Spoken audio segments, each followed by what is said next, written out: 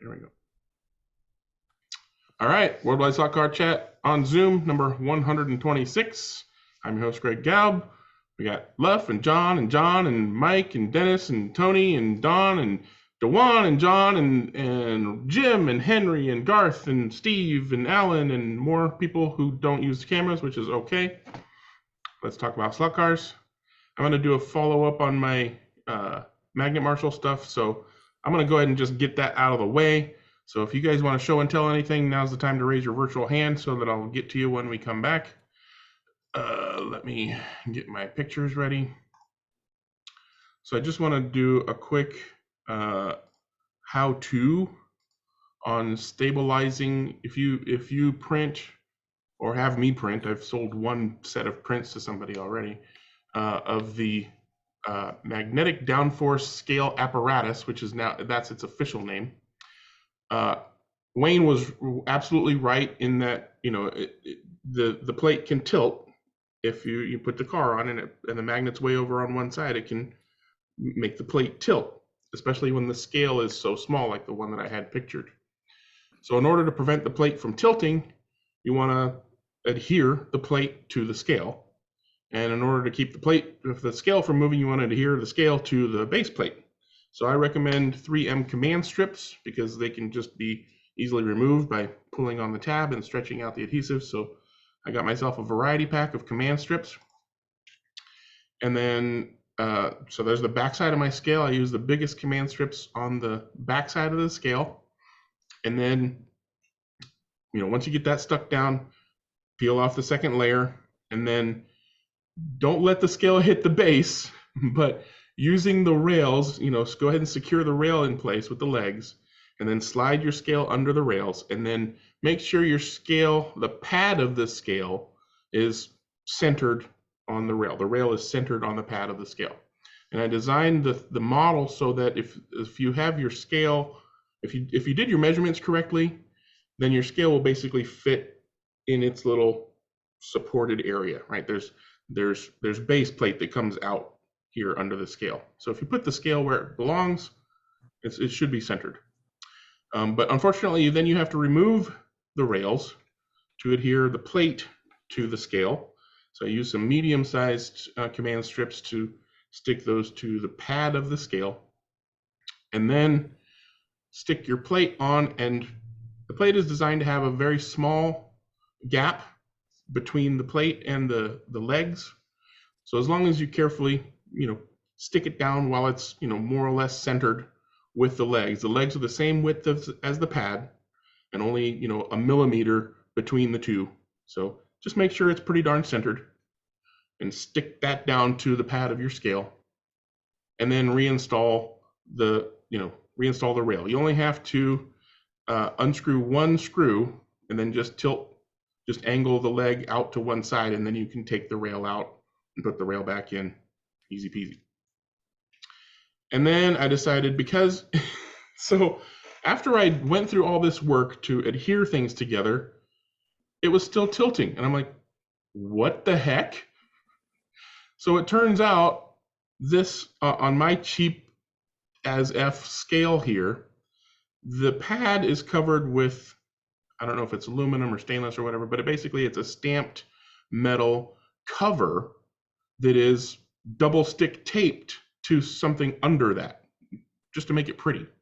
So after I did all this to get everything stuck together, it was still, the scale plate was still tilting because the stinking metal pad was coming away from the scale. So make sure your scale is not falling apart to begin with, because the cheaper these, you know, you get this sub $10 scale, it's gonna be cheap, right? So make sure you're not starting off with a piece of crap. And then I said, well, you know, I've got, maybe I could buy a bigger scale, because if the scale is bigger, then the plate won't tilt. And then I realized, oh, well, I've got a scale that isn't too big.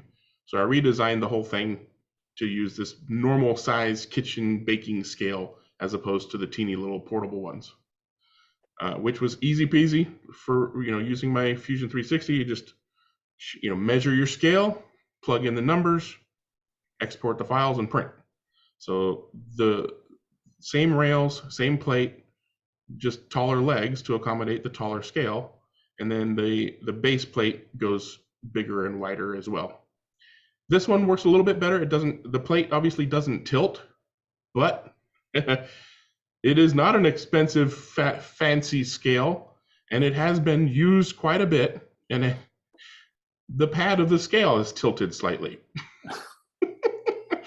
So you can't win, you can't win for trying. But the point is, it's gonna, a lot of the accuracy and repeatability of your magnetic downforce scale apparatus is going to depend on the quality of the scale you stick under it. But you're using it as a comparative tool, though. So correct, but because it's not as precise as the $250 thing, you're having to deal with things, like once I saw that this was tilted, of course the pad, the plate that the car sits on is tilted because it's sitting on the pad of the scale. So if I turn this car around, it'll have more or less downforce on one end as it would on the other end. So it's going to depend on where the magnet is in the car. So the important thing is, because it's a comparative device, it doesn't have to give you a solid number that it means something. It's only, this is the number you're getting off of this car when you put it on this scale in this position.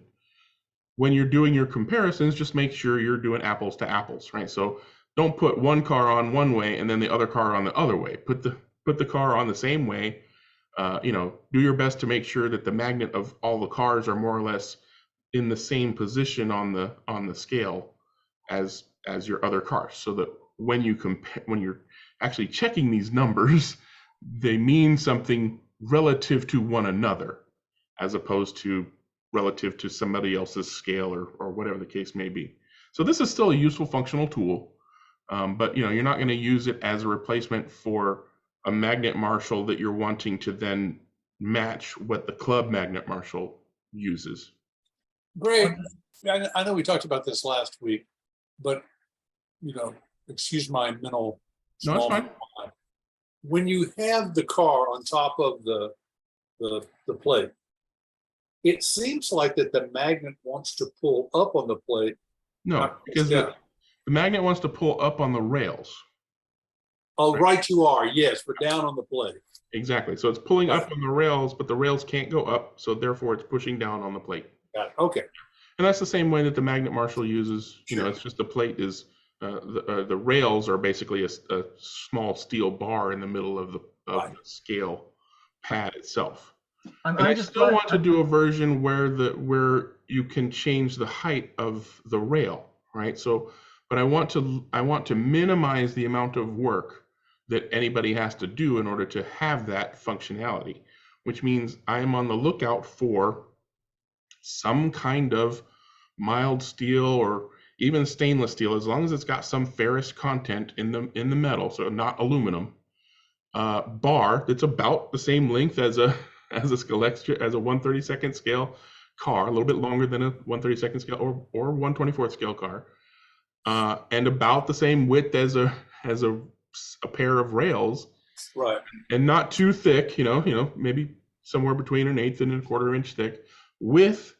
And this is the kicker, because that part's easy. Finding a piece of metal is easy, but I want to be able to go and point somebody towards getting that piece of metal that's already got holes drilled and tapped, at least one at each end, if not just a whole bunch of holes down the thing. It's fine, so that I can just figure out what the threading is in that and say, buy this screw, print this print, get those screws, get some, I'm thinking nylock nuts to hold the screw in place.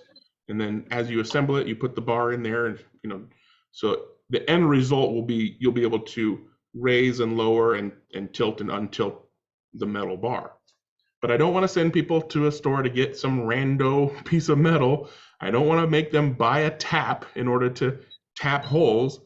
I don't want to make them buy drill bits capable of drilling through metal, or a drill for that matter. A lot of people don't have a drill to drill holes.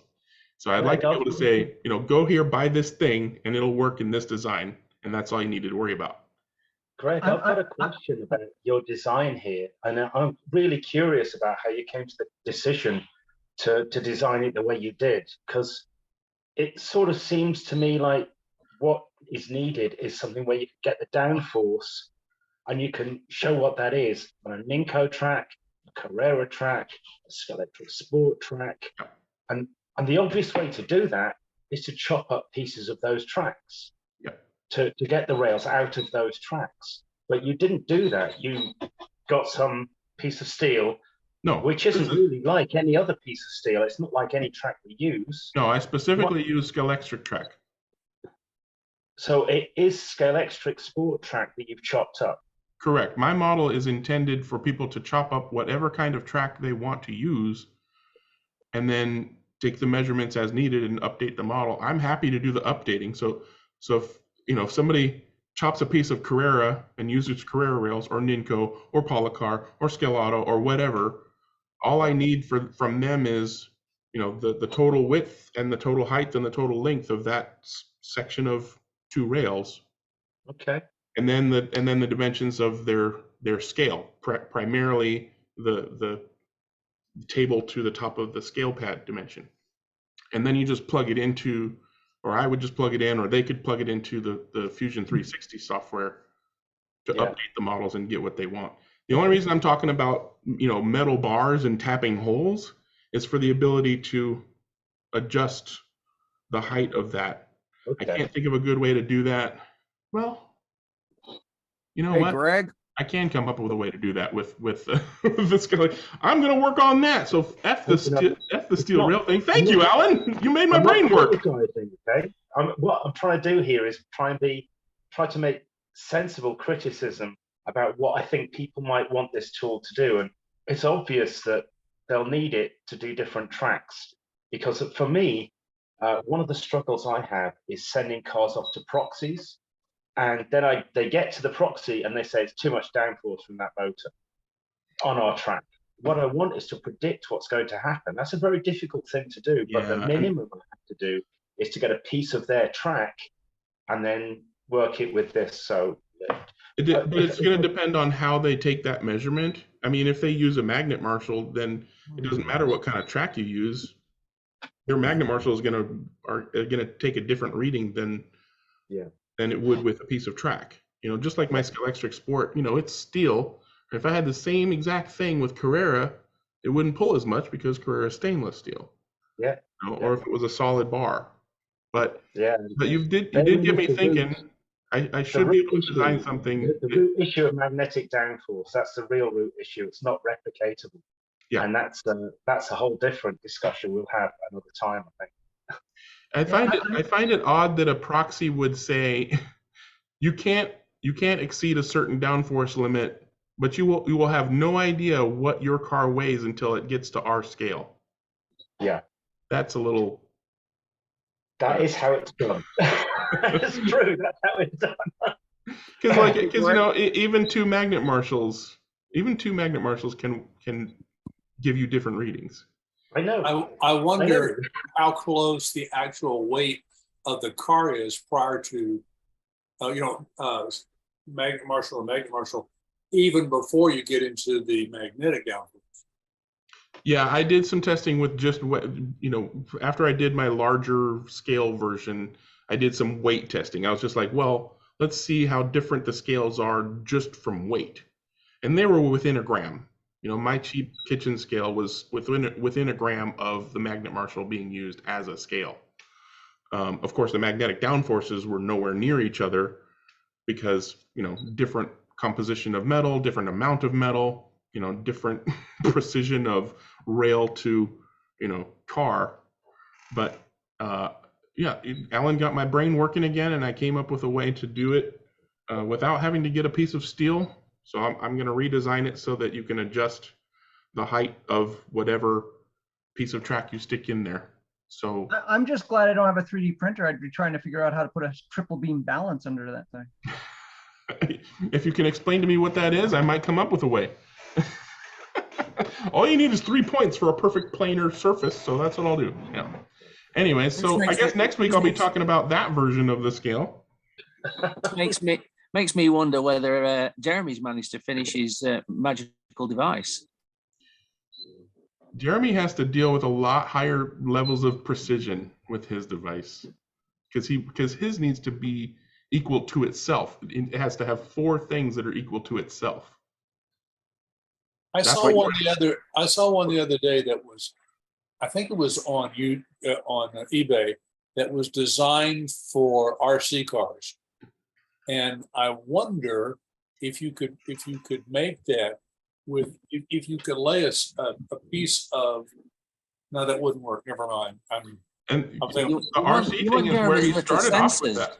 You want Jeremy's little bending sensors that are in the bottom of a track piece. Essentially, you just use a track piece and put the sensors underneath it. oh yeah. But see, that's the issue he's been dealing with is, I mean, the idea came from those RC things. Right. Using 4 scales like Dennis is holding up. Let's see what we got. Yes, Yeah, this is the Sky exactly, RC's testing. Exactly. Yeah. But as Dennis can attest, the perfection of the difference in height between those 4 little pads will affect the reading that each of the pads give you. Yep, and it took me forever because when you're working with radio control cars that weigh a couple of kilograms, it's one thing. When you're working with slot cars that weigh 80 grams, the differences are minute, and I struggled. I actually eventually made a little framework to hold the 4 scales, and tried to level them in this framework, and then put the car onto that.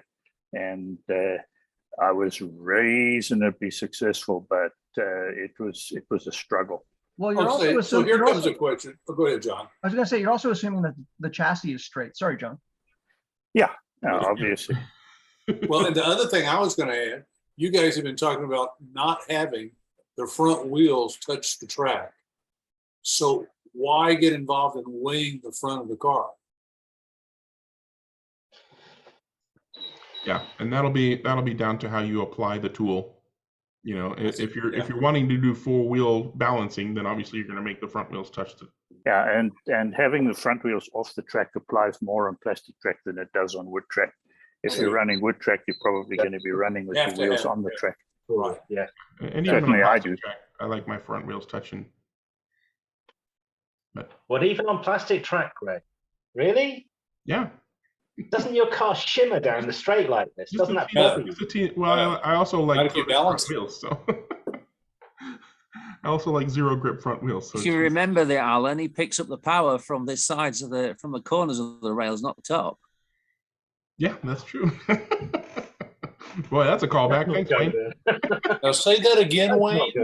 Wayne is Wayne, say that referring. again. Wayne is I'll let referring Greg to- expand on my comment. You'll have to look back at a previous episode. If I have the number off the top of my head, I don't know. Maybe John Kitt does. Twisty braid. It's the braid, twist the braid, but it's only for Scalextric Sport Track and Scalextric Classic Track, because Sport Track specifically, there's no liner, right? And the rails are flush with the track surface. So if you do the normal braid setup where the braids are fanned out wide, then sometimes the braids will touch the track but not the rail. So to ensure that they touch the rail but not the track, I give them a little twist so that they prefer to ride the rail and not. I bring them in close to the guide, and I give them a twist so that they prefer to ride the rail, not the track. Works great for me, but that only applies to sport. So if you go to any other track, particularly wood tracks, you have to completely reverse that to have good contact. We refer to that as the Galb groove. Go for it. I don't claim to have invented it, but I don't see anybody else talking about it, so do what you need to do. Anywho, we've got other people with their hands raised. I am done talking until next week about the next version of the scale thing. Tony, you've got your hand up. What you want to share today, Tony? Evening. Evening. These arrived today. Oh, the new Porsches. You got the blue one?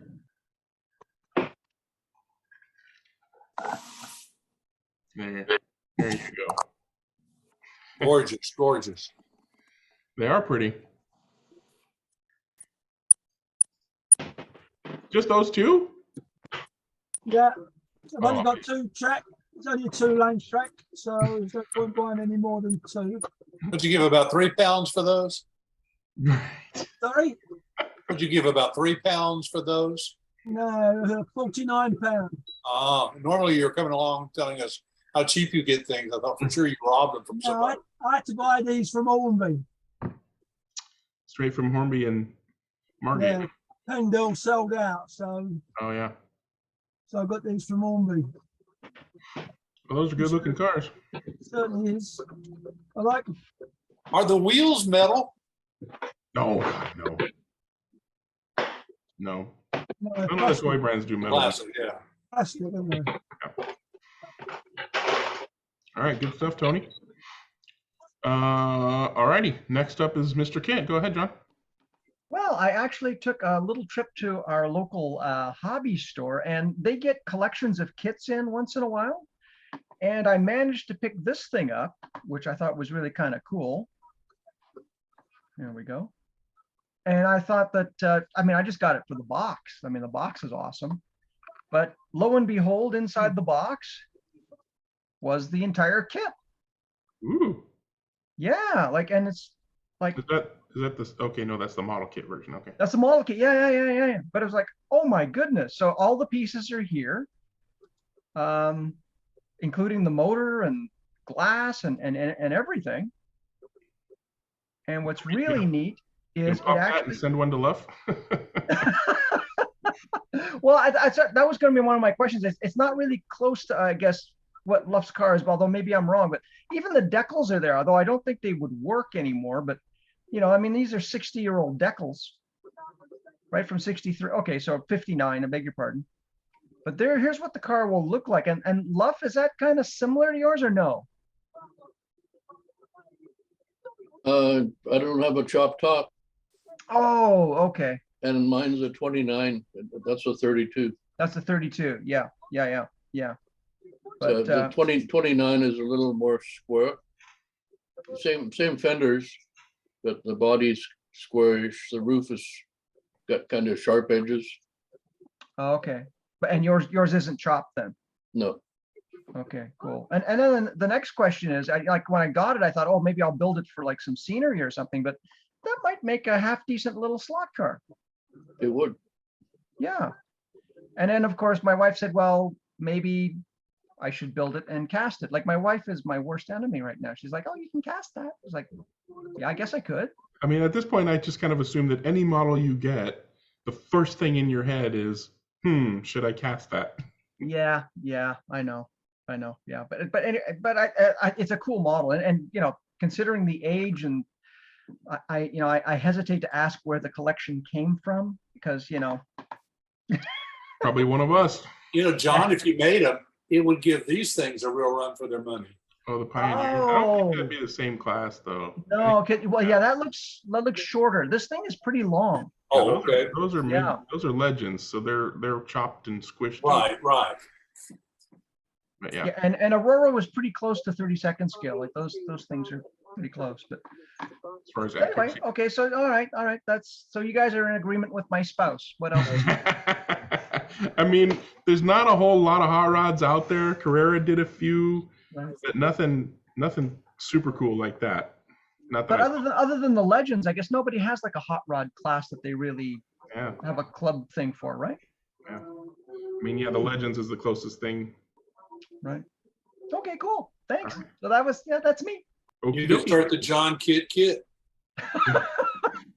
Coming up in a few episodes, we'll be talking about the John Kit of that. All right, thanks for sharing that, John. Brian, you're next, sir. All right. Howdy, folks. Hey, Couple things to share this week. First off, the final version of the Stiletto 2, ready for paint. I redesigned the canopy, proud of myself. I did it in Fusion 360. Ooh. It's a little smoother, so it requires less post-processing. I thinned out the top vents a little bit, and I made it a little wider. It's now 60 millimeters wide, and we'll take a 12 millimeter tire. Quite simple. So hope next week, maybe some color on that. That's You a get your good looking Carrera yet? chassis. Go ahead, John. I said, that's a good looking chassis. It is. Yeah. Thank you. I was wondering All if you got your new resin printer yet. You said you ordered a new I printer. did. Yes, I did. I got them. I ordered a Mars 3. That was actually printed on the Mars 3. Good deal. How big is the plate on the Mars 3? I think it's 89 by 143. That's not bad. So, The so Brian, 89 oh, sorry, was Brian, the that's big a resin print? That looks great. Yes, that's resin. About half hour worth of sanding, probably, maybe a little more. But I don't use filler primer or anything, so I probably make it harder than it needs to be. Do you have to do anything special to resin when you paint it? No, No, takes paint pretty well. I use the Createx Wicked Colors, and they have a clear that you add to it, which helps it bond to plastic better. It also turns it more into a urethane than an acrylic. Bonds real well. So pretty happy with that. I wanted the profile a little bit better, so that was the change there. So And plenty of room under that canopy for the motor, huh? oh yeah, Make yeah, the I got plenty of body wobble, and I don't do much. And then again the pod. So yeah, it's clearing the top of the brushes probably by a millimeter and a half, because most of it's right here. It's under the dome there. Yep. So you got It's a plenty. 100% improvement, Brian. Ah, thank you, Henry. I thought you might like this one. It's a Yeah. pod chassis now, my friend. So if you're Necklace, interested, here let we me come. know. What did Fully you adaptable. What did you use for your flag and brushes? The brushes, unfortunately, are some tinned. I got some new copper in yesterday, and this is a what is it? Pro slot. Uh-huh. It's got the screw on the top, so Can you put a link in it, Brian? I'll do that. Oh, fine. What I'll do is I'll share it on Tinkercad again. On Tinkercad again. Like Yeah. you did the first time, yeah. All right. But the link in the description over here. Yeah. Car weighs 60 grams. That's pretty good. Yeah, wonderful. And That's with all the parts, right? That's Do you- as it sits. Okay. Did you use a mix of for your resin? Nope, that's using Sariatech Fast. I'm going to try some any cubic tough next.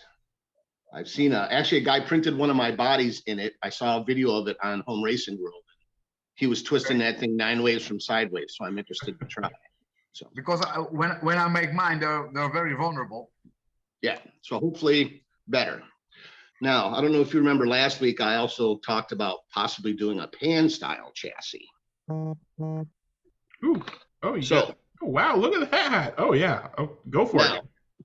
so floppy pan. Now, before you guys start, I know brass is not the ideal material here.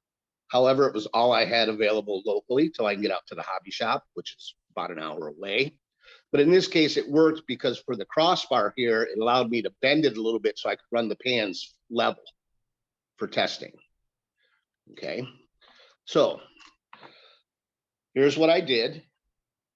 Here's kind of what the chassis looks like without all the junk in it, so you can get an idea of what I'm doing here. Now, there were some slight changes from this one to the previous one. One, there was a lot of flex in the front up here Yeah, of course. because of the way I designed the arm for the guide. Adding this simple little brace here in the middle, which you can see this one didn't have, made quite a bit of difference. I don't know if you can see the front axle would flex quite a bit here. Yeah, why not run a bar across between the front axle supports? Well, that's kind of things I need to ask some of the people. I guess the turn part in this is the part that I find. I think my thinking was I wanted this to have a little bit of flex to it. As you can see, it will flex without moving. Oh, yeah. So that was the thought there. So this stiffened that up quite drastically. The other thing I did is for the crossbar, I had this too far back to allow for a long can motor, which I wanted to try next. So this one has been a reprint. So a long can motor will fit in there just fine.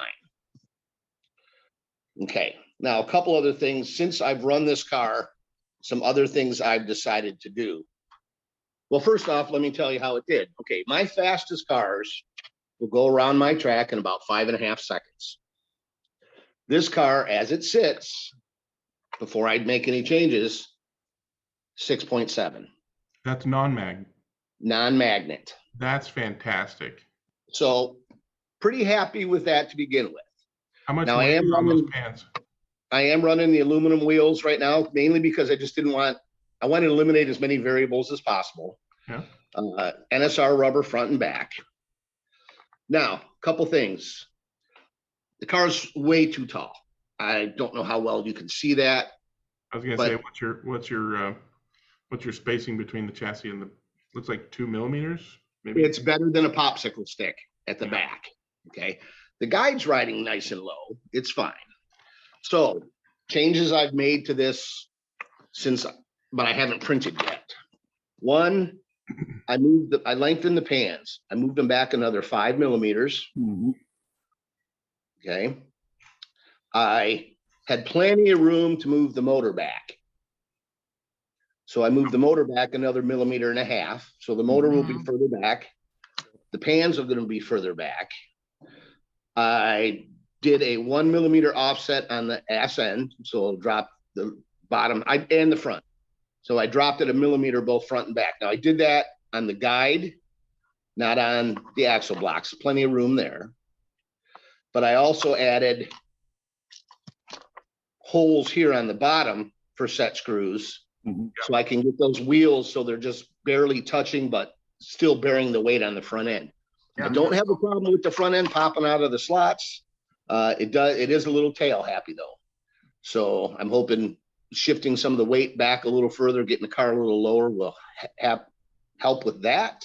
Getting the car lower will help with it. Getting the weight further back will make it worse. Will make it worse. Okay. Yeah, pendulum effect.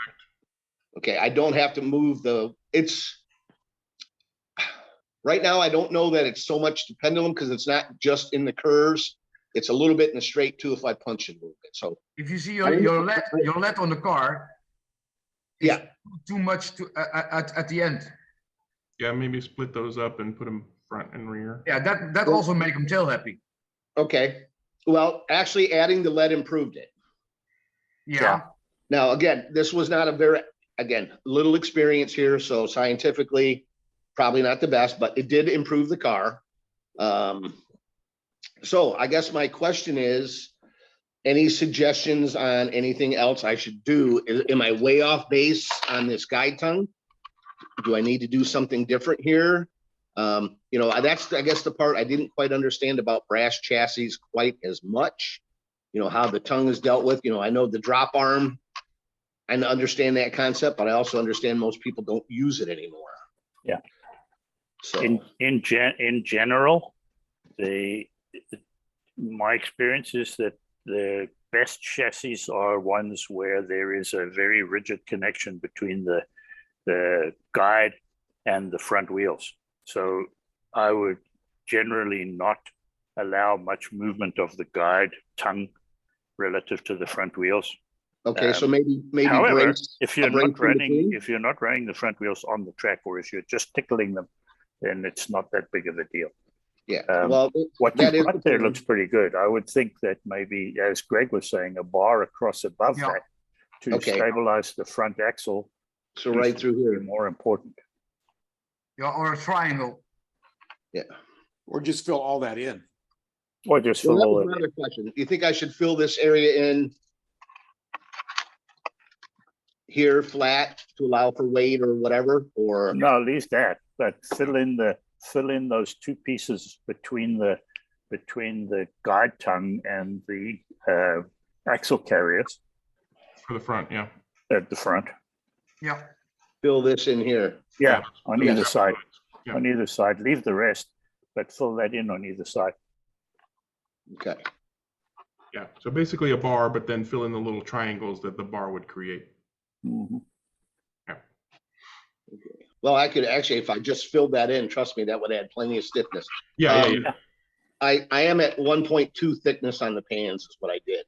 Mm-hmm. The other question I guess I had is I wasn't sure how much movement to put into these pans. Now, granted, I got that brass bent so the pans are level for testing, but you can see I've got a fair amount of movement in there. Yeah, it's too much. But Yeah, Okay, so what, 0.5 mil in each direction, 1 mil? I mean, it wouldn't be that much. they're just if that- supposed to rattle, right, Dennis? that's really all they need to do is rattle. 0.5 millimeter is probably fine. Okay, so this kind of movement we're talking about? Yeah, yep. Okay. Brian, you can stick a grub screw up through the hole. That was and, my other just thought. an amount to rattle. Yeah, To make that's it, also to a make good it idea. adjustable. Yeah. It was kind of just basically use these again. That sort of thing, yes. Top and bottom, if you wanted to, that would be pretty cool, because then you don't have to bend that piece of wire. Well, I wouldn't, using the piano wire, I wouldn't bend it, but for test with no body to keep those pans level, I wasn't quite sure what else to do. So the brass worked perfect for that, because I'm able to run the pans A level. grub screw would really help you tune the chassis for the track. Yeah, that would be a good idea to use The a other very thing that would similar make it thing to the front wheels. Yeah. The other thing that would make it easier is those rounds, those stops that are round. The pan stops that are round on the top, make them square. Pad stops. I mean, you could tighten up the tolerance of the. In other words, instead of that hoop being rounded, and make it square. Yeah, because then you get a little bit of back and forward movement that doesn't change the attitude of the pan. I guess is that what you're talking about, Jim? Yeah, and if that rod gets tweaked front or back, it'll change how the pan works. If it's a flat, if it's a square, not two, but if that hoop is square, you wouldn't have that problem. Yeah. Okay, that makes sense. That makes sense. How are And you again, attaching the body? I was gonna say, do you want to put in some pin tubes for like? Well, actually, I did draw up. I do have a set of pans with some pin tubes. I made them way too small. I'm probably going to do a resin body. I'll design the body for the chassis after I get the chassis where I'm happy with it. My thought was either pin tubes or being resin. I thought possibly Velcro. I mean, I got all kinds of options as far as mounting it goes, I think. Brian, how fast are your fastest non-magnet cars? This is it. 6.7. All my cars are magnet except this one. Do you know the length of your track? It's about 70 feet. That's pretty good. 70, 75. Yeah, if you're only a second or so off of a magnet car, that's pretty good. Yeah. Yeah, about a second and a half. And this is first try. So hopefully I can get it a little bit better. Now, granted, this is Sand's body. And right now, as this sits with the lead, it's 55 grams. So I don't know. That's still very light for a non-magnet. Yeah, sure. That's why That's it's weight. I love the idea of doing that with pin tubes, so that because there's some 132nd Lexan bodies that you could probably make. Yeah, I was hoping to maybe coerce Mr. Sampson out of a couple, maybe. Like I got he offered to Jeremy. I thought maybe if I batted or something, he might come through. Is the bottom of the motor flush with the bottom of the chassis? Yeah, it is. Okay. Yeah, you did the offset on the rear axle, right? Yes. Yes. Now, the rear it's not axle on this higher. one. I haven't printed that one yet. I figured I'd wait and get some input from you guys before I wasted another 2.5 hours. But I got to admit, I'm fairly pleased. I would be. That's for damn sure. I was going to say that is super cool, and I want one thing I would do, Brian,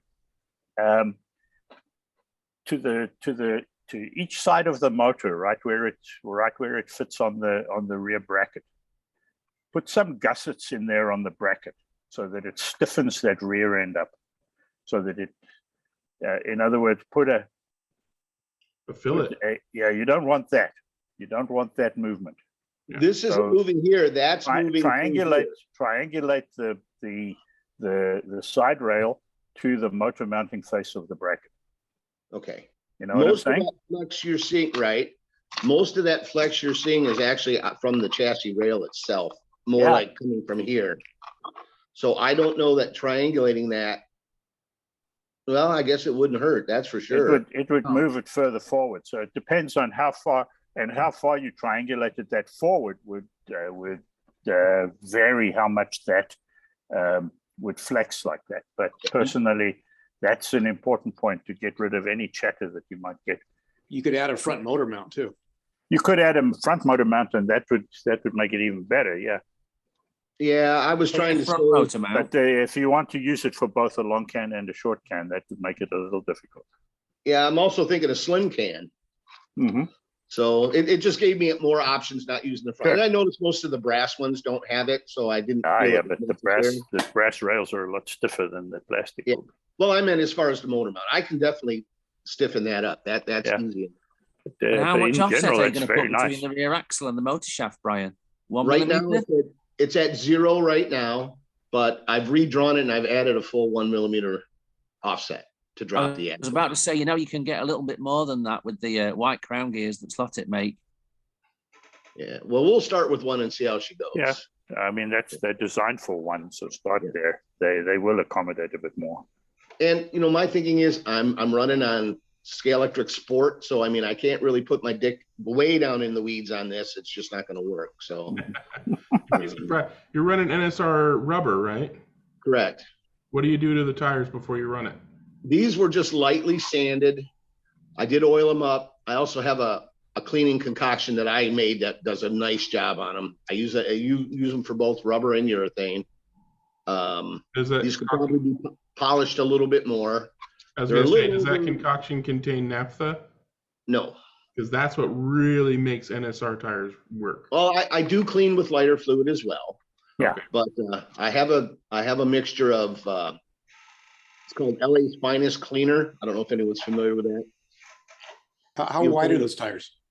These are 12s. No. 10? Yeah, these are 12s, I believe. I was going to say, they look wider. The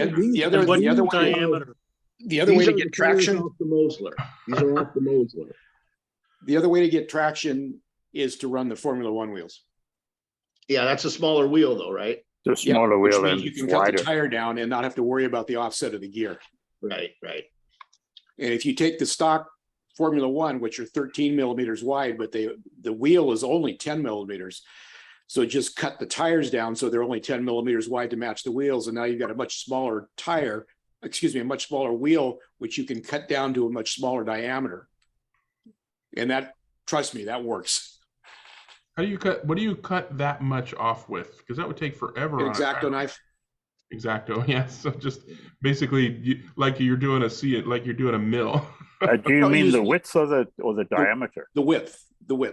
Oh, So okay. I thought you were talking about diameter. The width you can do with an X-Acto knife. The diameter you need to grind. Yeah. But you do need to grind a lot. What diameter are those, Brian? Right now they're just a little over 19s. I think they were supposed to be 19 and a half because they're the Mosler rear tires. Okay, yeah, which are pretty small already. 52. You can't cut those down because the wheel's so big compared to the Formula One. Really, really good. That's great work. Yeah. It's really nice work. How much weight did you stick on those pans? I'm guessing that's about 5 grams, those two pieces combined. Yeah. With it off, it's 50 on my scale. My scale isn't quite as minute. It's a postal scale, and it's 55 with it. So it's about probably 5 grams worth. Okay. 5 grams total. So like 2.5 grams per piece. Yeah, that's okay. So I said all up, it's 55 grams. Okay. All That's up, really that good. car's 60. Yeah. You said the tires were 19 millimeter diameter? Yeah. Yeah. They came off a Mosler, so whatever Mosler comes with. With the F1, you can go under 17 and still have plenty of rubber. Yeah. Well, there are some 17 by 8s out there, but I don't know if I want to go narrow out with an 8. So I'll take these. I have some Paul gauge urethanes too, which is my preferred tire because with my track and my environment, they tend to stay cleaner longer. So I will sometimes, that's my tire of choice, but I'm playing with a little bit of everything right now. So. That's fantastic stuff, dude. We're looking forward to progress on that and sharing it.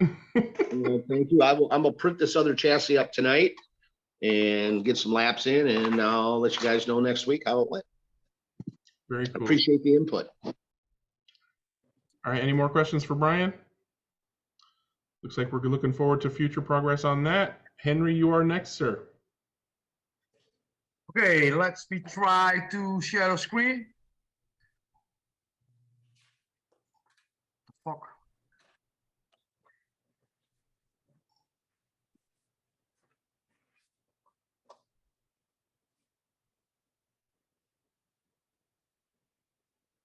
And John's running laps while we watch. John Crawley running laps. He's not even watching the car. Yeah, well, The probably car's better just going than, around and around. yeah. He's watching the car in his own camera.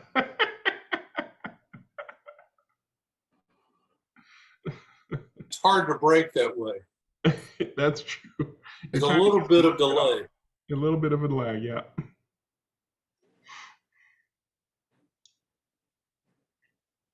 You good, Henry, or should we swing back around to you?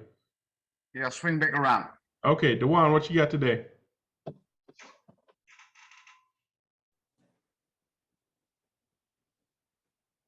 All right, sorry about that. Can you hear me? Yep, good to go. Great. Just got a delivery of a few new cars. Bring them up. Ones that I've been waiting on, and mine was grossly delayed for some reason. So this is the first car I got. Oh yeah, the new Camaro. Yep, the new Camaro. So I got that one. So you're ready to relive your youth. And the second car I got was Another one? I was gonna say a second Camaro. One for the Yeah, shelf, one for the track. DeJuan, that's why you're a man after my own heart. Everything in multiples. Right? Three, yeah. Three. That's Okay, it. how many did you get, Dewan? How many did you get? You bought the store out. He's got That's a not- four-lane that's track. Got a 4-lane that's track, not all right? it was So it'll be delayed. 4. Yeah. That'll teach you from ordering in Spanish again. And then one for the body. Being under development, so that's the only one I've opened up, but I've taken it apart, and I'm going to be installing all the. This is what I've also put together, was a list of spare parts that I'm going to be putting in there. I'm going to be taking the body and stripping it off and making it glossy black. Unfortunately, I don't have a picture on this particular computer that shows what I'm mimicking, but this the car that I bought a brand new off the lot 78 Camaro Z28, and I'm going to be with the assistance of Alan. He's going to be making me some centerline wheels. I'm going to be making an exact replica of that. That car. I was gonna The say. car didn't have a gold eagle painted on the hood, did it? No, that was a Trans Am. That was Trans Am. Oh, that's right, that's right. No, But mine was actually a 78, and I was involved in a little accident, and I converted everything over to 1980 parts. So I have the hood scoop, that functional hood scoop for the engine.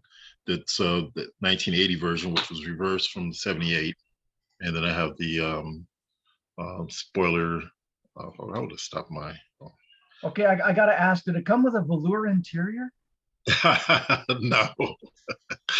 No, no. I'm trying to figure out how to stop my share for some reason. I'll do it for you. Thank you, because it's there it is. That's all right. When I got to it. Yeah. So that, and I'll be doing my little IROC series with the 4-laner. Awesome. Yeah, be sure and share the progress on that project. So looking forward to that. Henry, are you ready? Let's try. Okay.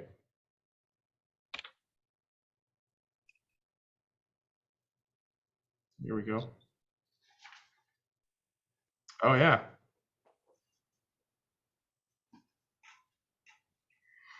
All right, take it Digital away. conversion. I hope it runs.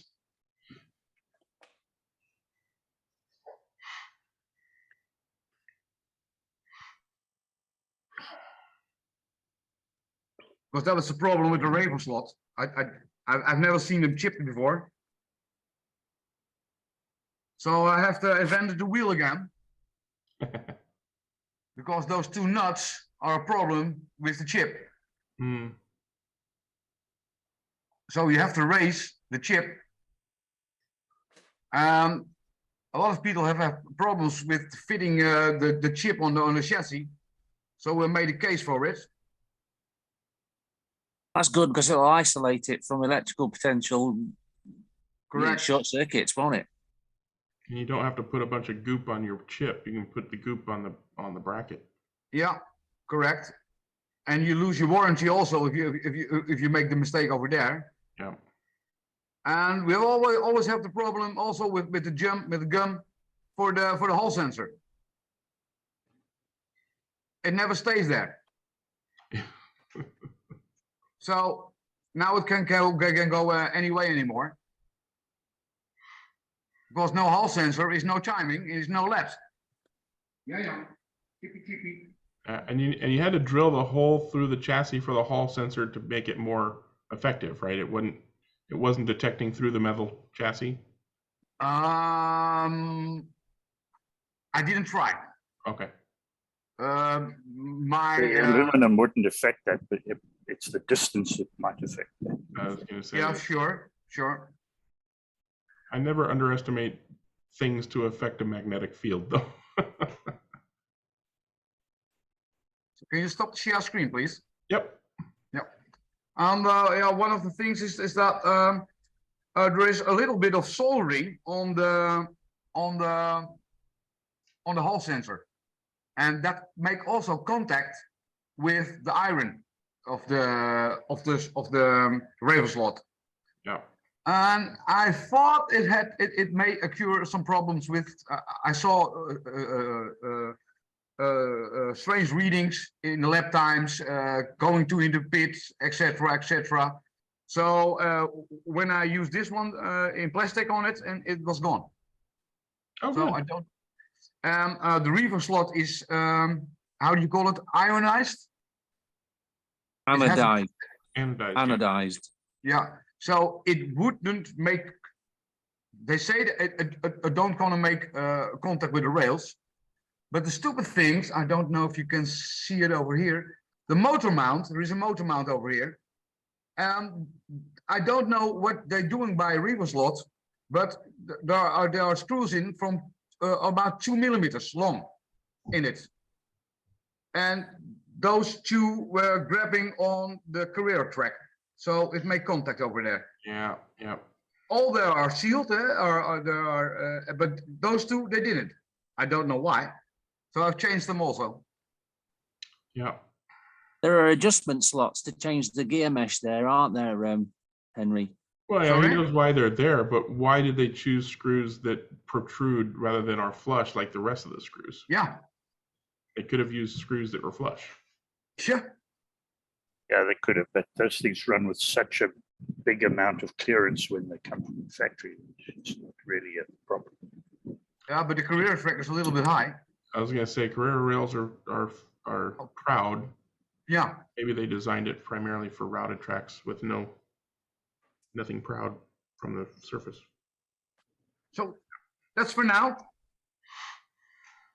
A new chippy. Henry, did you put those on Thingiverse or anything? Those models? I don't know how. But if somebody's interested, I sent the STL files. You had to get STL files. I got them, but I'm not going to post your files as if they're mine. But I would personally recommend printables.com these days. So if you wanted to share them, it's just a matter of going to printables.com, create an account, upload the files. It's as easy as emailing them.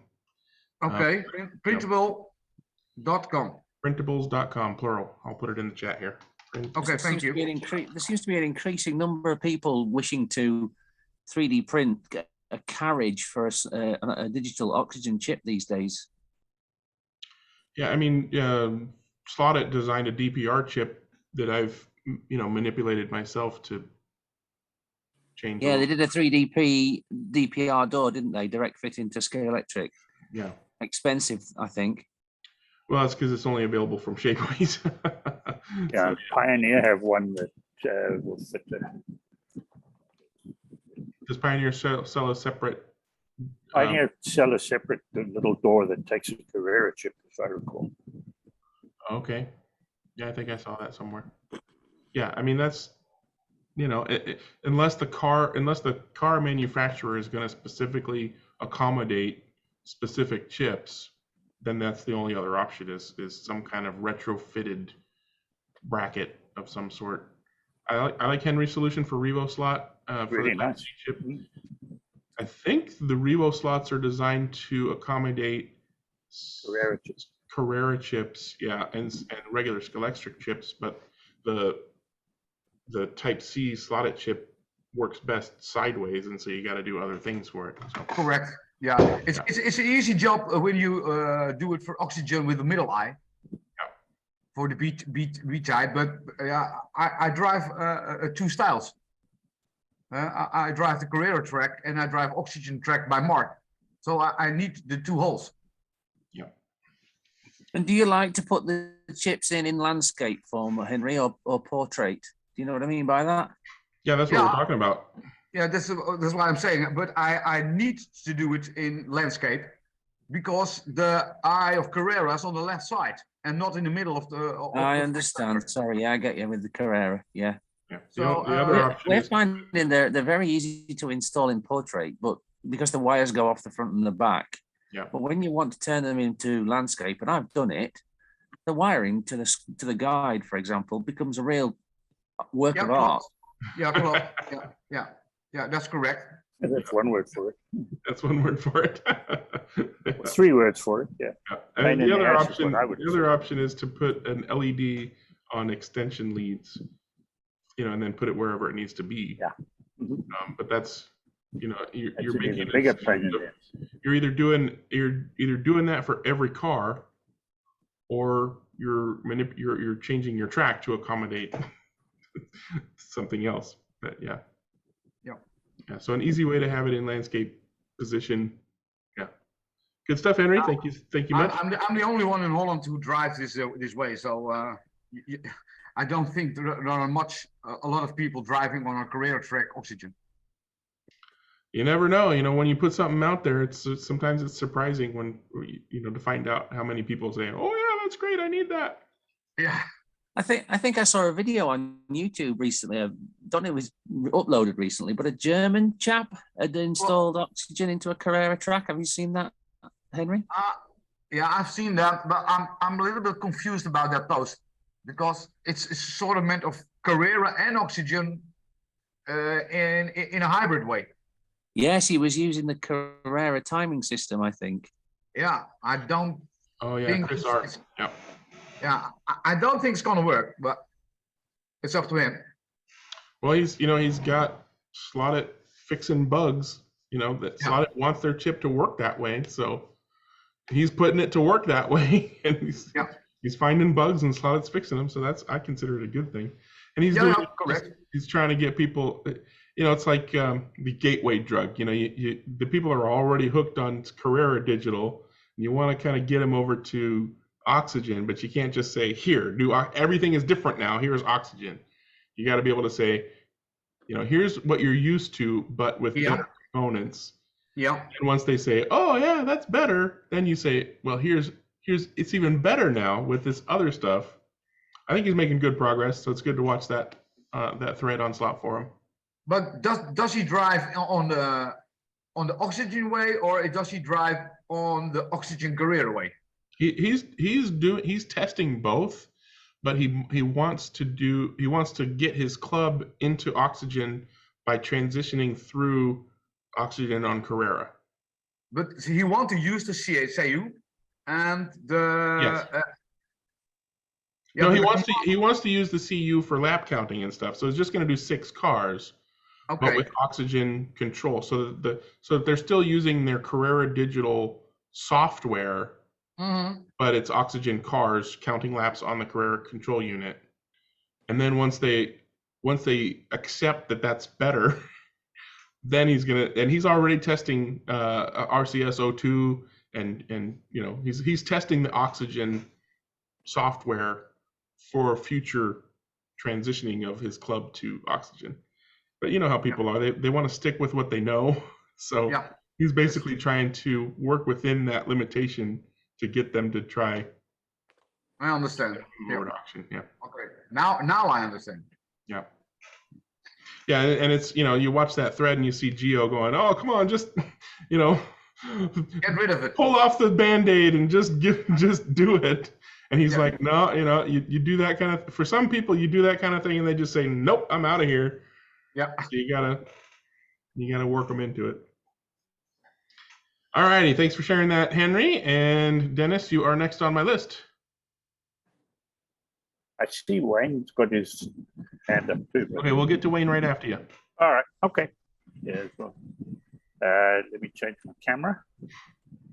I have in front of me one of the new Oh, yes. 3D printed chassis that come from CG slot cars. They come in this nice little box. Man, this thing is not giving me what I want here. Let me take It's it not away. giving me what I want either. Sorry. Okay. So CG slot cars brought out this conversion kit for the Scalextric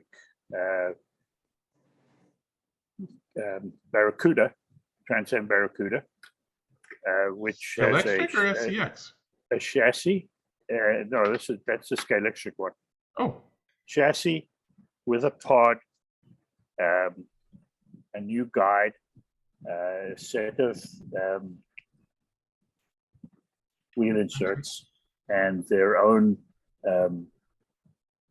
axle bushings with the retaining clip that they use. The bushings go into the slots in the pod. Then this little retaining clip, that little square, that little C-shaped piece goes on top of that, and there are two little screws that hold it down. All the necessary screws that you need back and forward. A guide that will take regular braid and has a little screw to hold it in that actually fits very nicely. So these had arrived at Electric Dreams, and they are available, I think, from Slot Car Corner as well. For $20, I think it's a pretty nice deal. If you're somebody that's entering Trans Am proxies or something like that, it's probably a really nice start out, because the first thing that it does is it lowers the whole car. There are a couple of issues with it right now. You have to start cutting at the interior to get it all to fit. You would have to shorten the little posts that are inside the spoiler at the front if you want to put the spoiler on. And you'd have to probably shorten the spoiler too, because it drops the car down quite a lot lower. It also does not take the standard Scalextric mechanicals. It's the motor pod is made for a can drive, whereas of course Scalextric are all end bell drive, and they don't have a shaft coming out the other side, so you can't swap them around. I think you could probably get the front wheels to fit if you're prepared to pull them off the knurled axle. I did make a suggestion on their Facebook page that making a pod that would take the stock Scalextric motor and gears might be a nice idea, because then you could start to transfer a lot of parts over, and it wouldn't be it wouldn't be as expensive thing, but they thought that was a good idea, but they haven't done that yet. Anyway, I just thought I'd show you guys, and that these are out there for those people that like Trans Am cars and want to pod, end up with a podded chassis.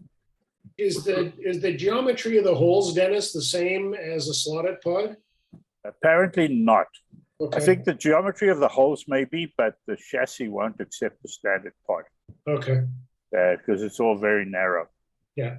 And I think the stock pods are wider than that. But these are pretty nice pod, because firstly, because of the fact that they have decent bushings and that little retainer for the bushings, and the pod has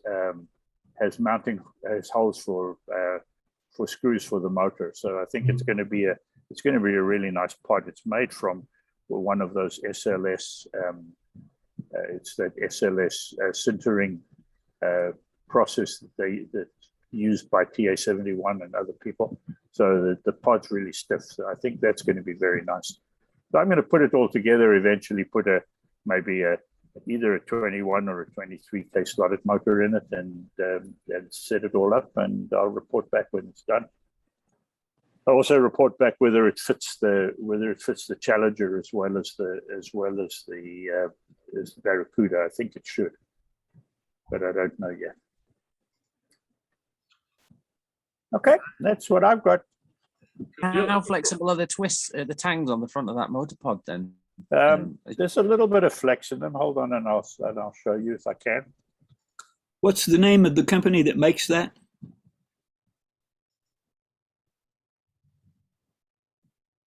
That's a lot of flex. Yeah, that's fair. Yeah, there's a bit, but of course with two screws at the back, that flex is going to be controlled by how much clearance there is on the back. The company is called CG Slot Cars. CG,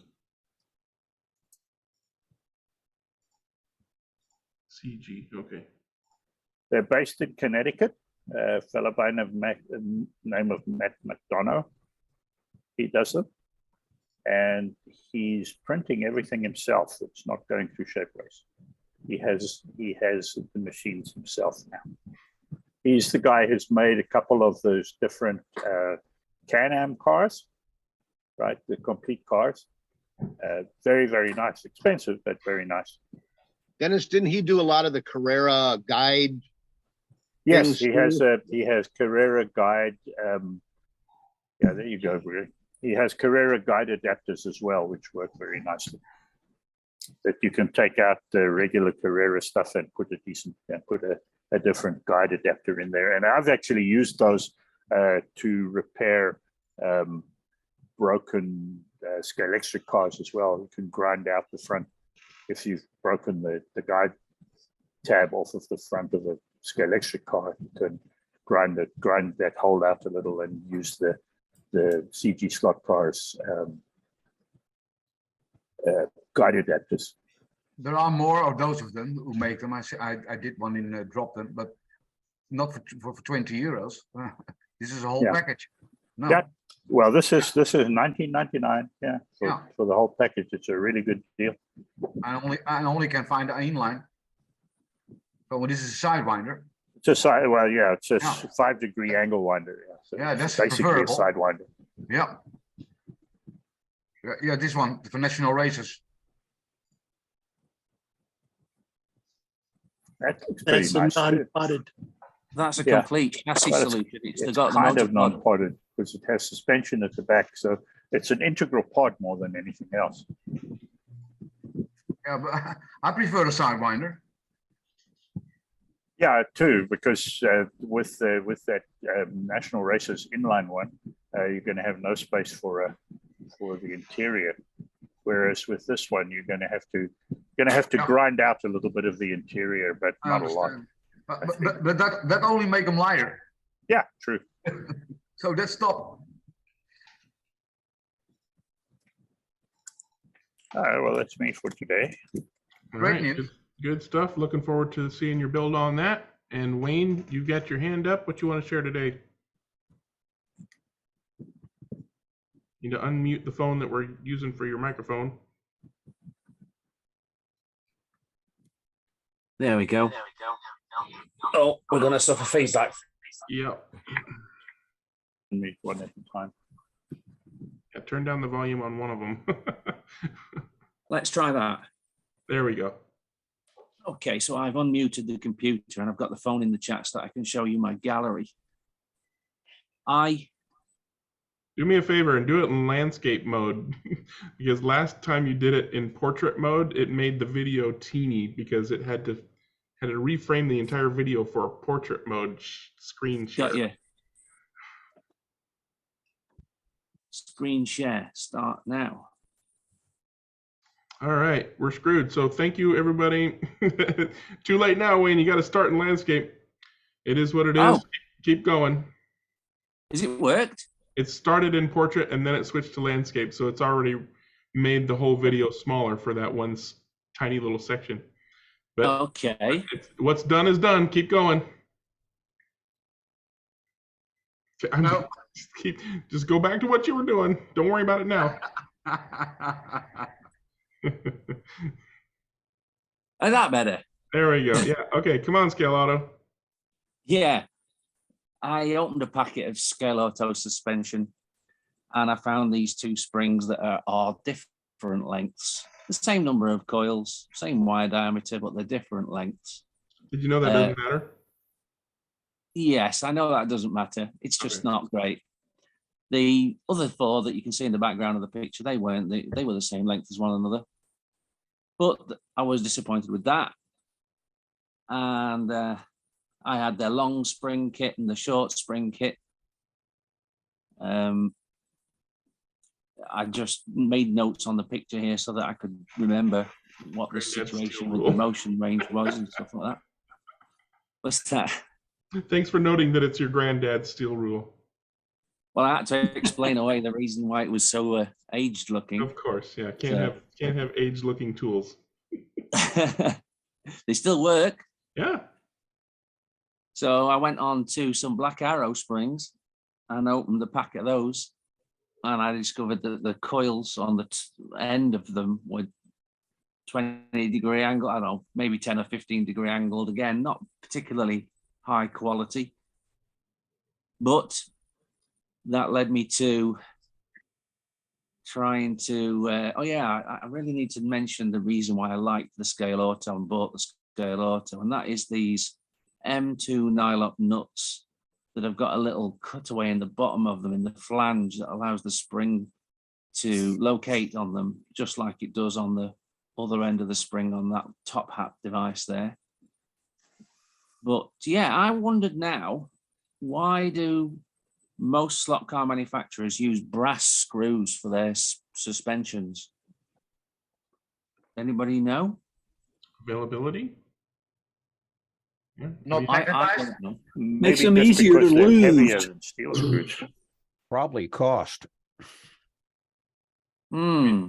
I'm thinking they found those screws available, and whoever makes them in brass for for cheaper. They don't want to have to run a whole, titanium or whatever. Because this weighs 0.9 of a gram nominally, and these are the short kit, and we purchase a hollow axle or a titanium axle to lose a half of a gram, and this is like sticking a whole load of that back on the car right at the very back. If you use steel screws there, what would it weigh? Well, actually, Scale Auto manufacture these screws or repackage these screws in aluminium, so I bought some of those too. Those weigh nothing.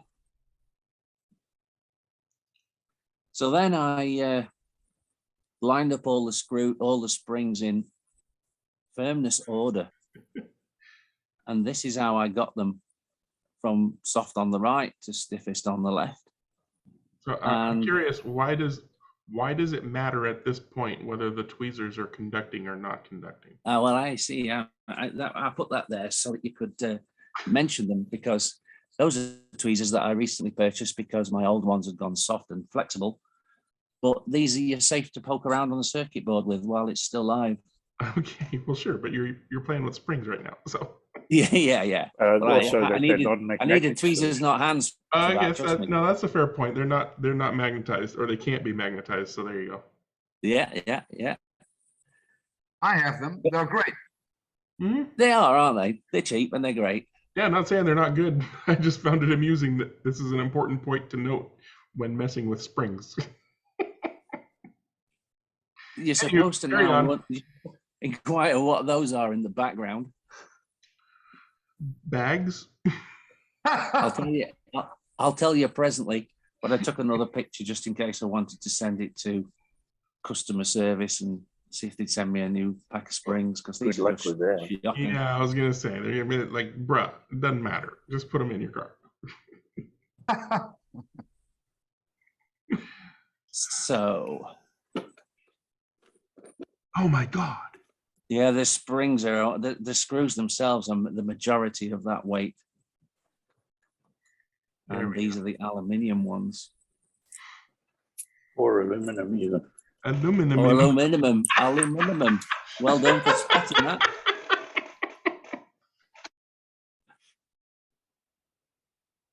This was what was in the background. Mom's gonna be pissed. I invested. Who can guess where I went shopping for these? Into China. Still Racing Toronto? I don't know. No, into China, AliExpress. Oh, Ali, yeah.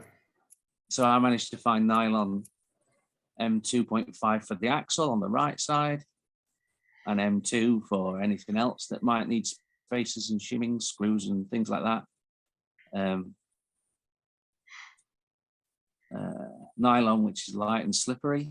And I also, we're supposed to now inquire what these boxes are. How many seniors?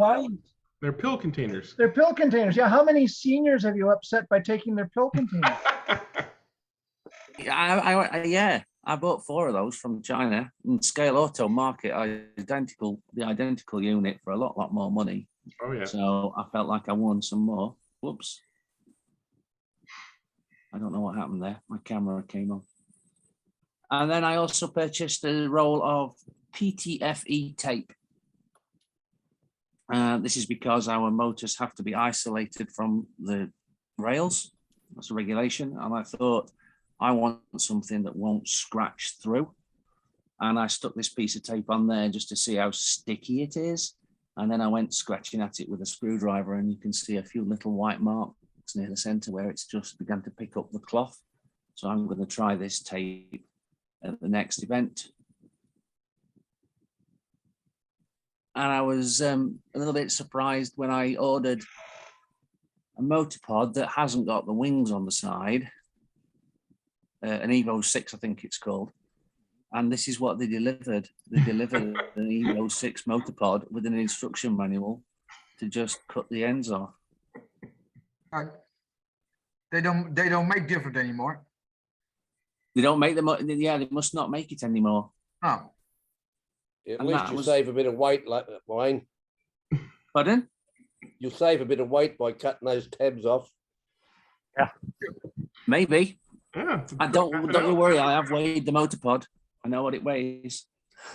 And that was what I wanted to, that was just the information I found this week. Found it interesting and decided to share with you guys. And basically, mainly ask about why the screws were brass. And before you started talking about how you found the aluminum's, alternatives, I'm like, this is your entrepreneurial chance, buddy. Start sourcing those low weight parts that you can't already source. Sell them. You could be the Weight Watcher of slot cars. There you go. Wayne's weight I watching already slot am. car parts. Yeah, I already do that.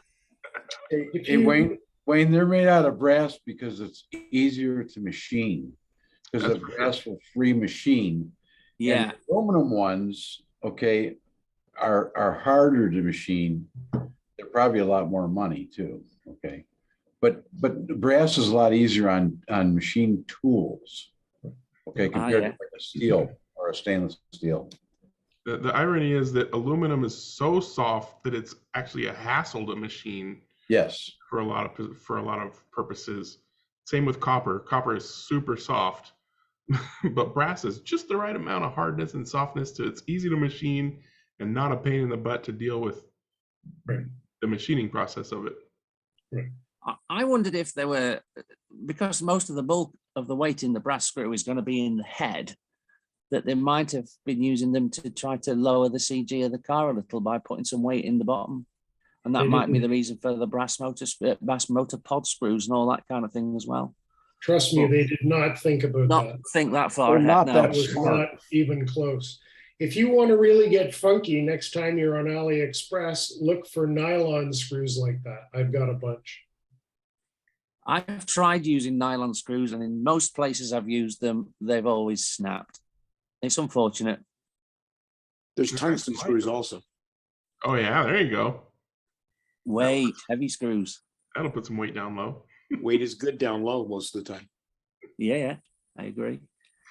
You can also call NASA. Maybe they have something. Carbon fiber. Wayne is Unfortunately, focusing tungsten on screws creating are a about slot $4 car a that piece. will float away. There you go. Helium screws. There you go. All right, thanks, Wayne. Lots of wonderful, interesting things. Are you going to share your AliExpress finds, links of things that you found useful? That's always appreciated. So people can just say, click a link rather than go to AliExpress and do the same hours of searching that you probably did to find those things. Yeah, it's not the most intelligent search engine in the world. If you want to dig up I'll links see of if I those, can do that, but I don't know if I'll do that during the chat. because there's obviously several packs of products and things. Feel free to send them to me later. Just go to your browsing history, AliExpress, and then copy all the links that pop up. Anyway, so it looks like we're done with show and tell. I don't see any other hands up for show and tell. Anybody want to wave their hand at me? All right. What do you want to share, Jim? Cunningham waved. You need to unmute yourself. All right. There you go. I think I've done that. Well, I don't know if anybody here is terribly interested in the old stuff. I've got a pile of Okay, old yeah, go ahead and shut up now. We're not interested. Yeah, I thought maybe not. Let me flip this camera around here if I can. There it is. Okay, so we want to read your T-shirt. Oh, that? Yeah. Money can't buy happiness, but you can buy a lot of slot cars, and it seems. I love it. I want one. I want one. Did you get that off of some Indian dude posting a link in a Facebook group? No. There's I don't know. There's a that does all kinds of cool stuff. The other one I got from them that I've been giving to club members who somehow can't always get here on club nights. Looks like this. Let me turn the thing around again. Here it is. There we go. Sorry, I can't. I have plans with my slot cars. I mean, the funny thing is that when I see those guys posting their pictures of slot car related shirts, I'm like, yeah, that's actually not a bad shirt, but I'm not going to risk my money or whatever sending it to some dude in friggin' Mumbai or whatever. Oh no, these are made in the U.S. This outfit, yeah, it's not. It's just some U.S. guys doing silk screen stuff. Well, if you can slap a link in, I'm happy to share their. Yeah, I'll take a look for it. I don't remember actually, but I'm sure I can look it up again. Yeah, because like I said, half of those shirts, I'm like, yeah, I wouldn't mind sharing my love for slot cars. I just want to make sure. They do stickers. I got a couple of stickers I give away. Nice. From them. Yeah, it's a pretty good outfit. I hadn't actually. Anyway, I'll do the work for you and find the link. I think a sticker that says "Don't ask me about slot cars." Probably actually get more people asking you about it. Well, that could be. The one that says my other car is 132nd. There you go. Yeah. All right, sorry, Jim. Anyway, I don't know what I thought I'd show you is the old school slot cars page on Facebook had a favorite color week, and so I got out some of my vintage blues, and as I do from time to time, I like to give them all a little exercise, so I've got them out here to take a few laps. So I like variety, so they're all different. Scratch built too, yeah. Mostly, yeah. This is one of those Slot Car Heroes cars. They're mostly vintage scratch builds. Yes. This is not. This is a playfit car with a Tamiya body. One of my old favorites here. This one uses. Tamiya body be a Mini Z body shell then? What's that? The Tamiya body, is it from a Mini Z car? Maybe, no, yeah. this is a Tamiya model kit. Ah, I see. That's from the full kit, I believe. Yeah, these are all 1/24ths, aren't they, Jim? Yeah. Yes. Mhm. Yeah. This one uses Barracuda wheels. They're actually plastic wheels, but nicely scaled. 2060 in that one. I had some fun with this. This is the one of the prototype Mustangs, pre-production Mustang. I think it's the Mustang, not the first one that Gurney did, but the closer to production show car. And on this one, I imagined that some engineer got to drive it home, and about the time that this car would have been on the street, there were some magazines out. So I've got copies of period magazines in the back seat, And the one on the top is Motor Trend, featuring the car of the year for 1963, which I'm sure would have been a disappointment to the Ford engineers, because it was, anybody know? Motor Trend car of the year? The Rambler American. How about that? Well, Corvette Stingray. What is? That's a bullet. That's a thingy. That's a Hornet, not a bullet. Yeah, no, the 63 wasn't the car. Yeah, it was a Rambler. It's on the cover of Motor Trend magazine. It's actually in the back seat there. It was in the back seat because I'm sure if the engineer had seen it, he would have thrown it in the back seat and discussed. But yeah, anyway. So some of my blues. You guys want to see anything in particular run? They're all ready to go. I would want to be in that room running them myself. Well, you're welcome anytime. I let people who can drive slot cars drive them when they visit. If I'm ever in the area, that's for sure. And then I found this in a swap meet recently. Paid $10 for it, and thought this was kind of cool. It is assembled, but it's entirely all there, and not badly done. Pretty nice. Those AMT chassis, those AMT chassis ran pretty well, didn't they? Yes, the AMT chassis do run quite well. They're among the best of the era. This has the little sliding rattle weights in the pan. So this one is all original. I just tuned and adjusted it and then trued up the tires, and well, we can see how well it runs. Here, let me flip this around again.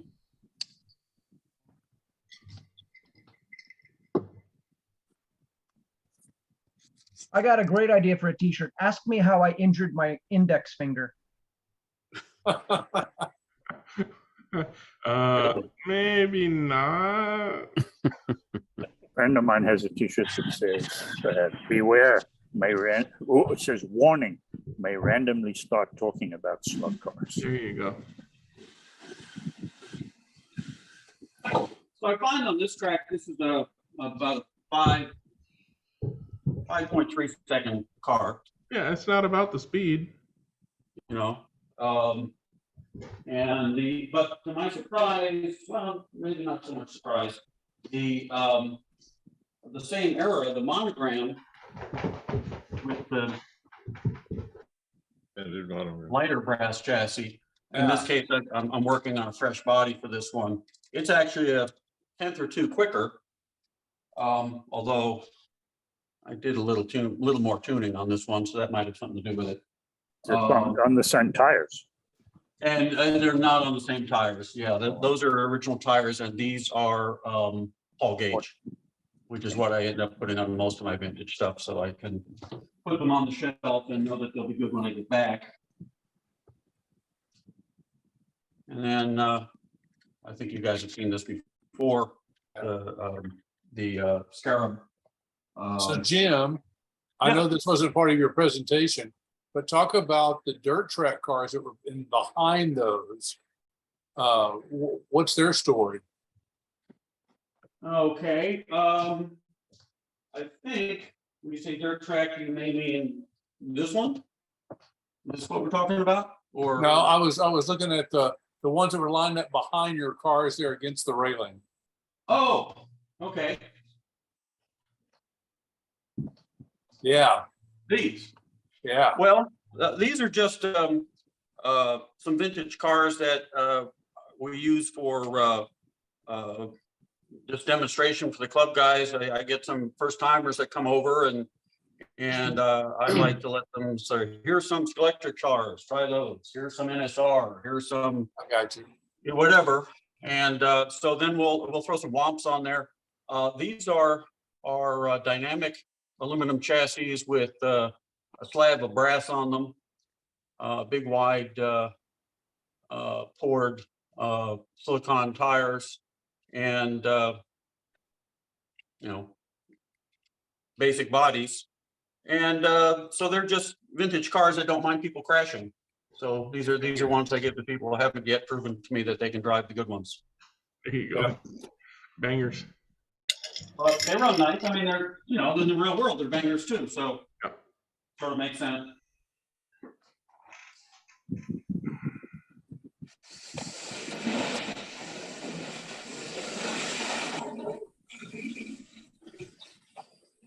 I like that layout too. I do too. Still looks like a good lap with one of those, about 5.5. Awesome. Good seeing those classics running around. So charitable that's what's place up around here. Thanks for sharing, Jim. Sorry, the other Jim put his hand up. What you got, Mr. Rose? Club corner, we good for that? Yeah, now? let's go ahead and move to club corner. If you got a club corner, raise your virtual hand. As always, any more than just yourself, past, present, or future, is club corner qualified. What you going on, Jim? Well, we got too much stuff going on in Northern California. That's not a bad thing. Mike Andrews got back from 2 months in New Zealand, so we're back to Silicon City Speedway, and one of our nicest tracks on the circuit. We had a good group. I'm not sure if you can see it on my screen. It's obstructing some of the people on the right side of the screen, but we had a good crowd, the normal crowd, and we did have a guest. And some of you will know this gentleman, Rudy Garriga from Slick 7. So he stopped by and ran with us, ran really well, and we told him don't come back because you're getting too good too quick. But we told him don't come back because he is moving from California to Texas around the end of the year or so. But it was good to see him out there, and you know, a guy from 24 scale primarily, and having fun with us in 32nd scale. What part of Texas is he coming to? Dallas area. Ah, I'll look him up. Yeah. I can't remember the exact city, but it's in between Dallas and Fort Worth, somewhat by the airport. But he's moving around the first of the year, I think he said, so give or take. He's got a house already, but there's stuff going on, so it's going to be a while before he gets there. This is the classes that we're running at Mike's for now. We have a 4-race series going on for Scalextric Carrera combined, the normal slot at Group C, NSR F1, and Classic Le Mans. And this is the 4-race series. The first one is the one you're seeing here. It's already done, and we've got 3 more races to go in that series through the end of the year. The Scalextric Carrera typically is won by a Scalextric car, but 2 Carrera cars were first and second. You can see the results here. Those were all 3 of those cars were built by Mike O'Donnell, who ran the 3rd place car, and the car that I ran and the car that Ian ran were Renault racers. So we had a good time with that. The classics is kind of an open-ish class. The 908s dominated. Mike Andrews ran a 936 with a 3D printed chassis under it. So we had a pretty good variety on that. Ian Douglas ran the 4GT, the goldish one in the back middle, preparing for the Enduro coming up at Electric Dream. So he didn't run a car that was the fastest in this class, but he's working on that car. And results from that race.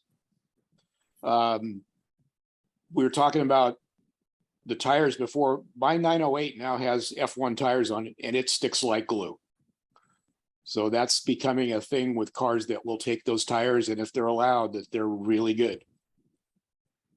Group C, interesting thing here, not an XJR10 in the group. On the small tracks, I still think the shorter cars, you know, guide lead shorter cars work very well, if not better, than the Jaguar. So there was not a Jaguar there. Results are this: Ian and I finished first and second as well. He ran the Marlboro car. I ran the Frame car. F1, NSR. We run these as NSR only. And interestingly enough, everybody's getting into the spirit of this. More than half of the field were painted liveries, not just the stock out of the box. The Benetton car, the Mansell Indy car, my Ferrari in the front is actually a repaint. It's not one of the ones from NSR, and then Ian's Jaguar. So a lot of people taking the time and effort to make this class look really good. And there's the results from that. Like I said, we've got too much stuff going on, and we had 2 races on the same weekend, and it was just they're 120 miles apart, but a lot of the people would maybe want to go to both or either, and they chose to go to San Jose because they're based in the Bay Area, the Sacramento track at Fast Tracks. We only had 7 entries. You can see Justin Colvin got back from Latvia from the World Championships. He was our race director, and it's a very nice track. But we just didn't have the turnout. Well, I'm sure we will next time. We've got new people running there with us on the Yellow Dragon. Ted Essie there is quarter marshaling during practice. I'll talk about Ted in just a second. So that was the race at Fast Tracks, and Herman and Ted did very well in that race. And there's the results you can see there. We've got our website going. So all this stuff, if you're interested in Northern California racing, is on our website. Ian put this together, NorCal Slot Car. The address is there. And so whether it's tracks or the latest news and results, the rules for the various classes, as well as all there. So it's a great website that's that Ian has put together. We've also put on setup sheets from typically winning cars or cars that are going fast on specific tracks, and how exactly they're set up. So it's easier for the new people to get going with that. So this is a setup sheet from my Formula One car that I won the race with at Silicon City. That's awesome. It's cool. We've got new stuff coming. This is Ted Essie's new track that Bob Scott is building. It's been tentatively named for Ted's dog Cody as Circuit Barcelona. And so that track is being built by Bob Scott, and here's the very latest picture. It should be up and running in about 2 weeks. He's waiting for the paint to come in so he can paint it and braid it and then deliver it up to Sacramento area.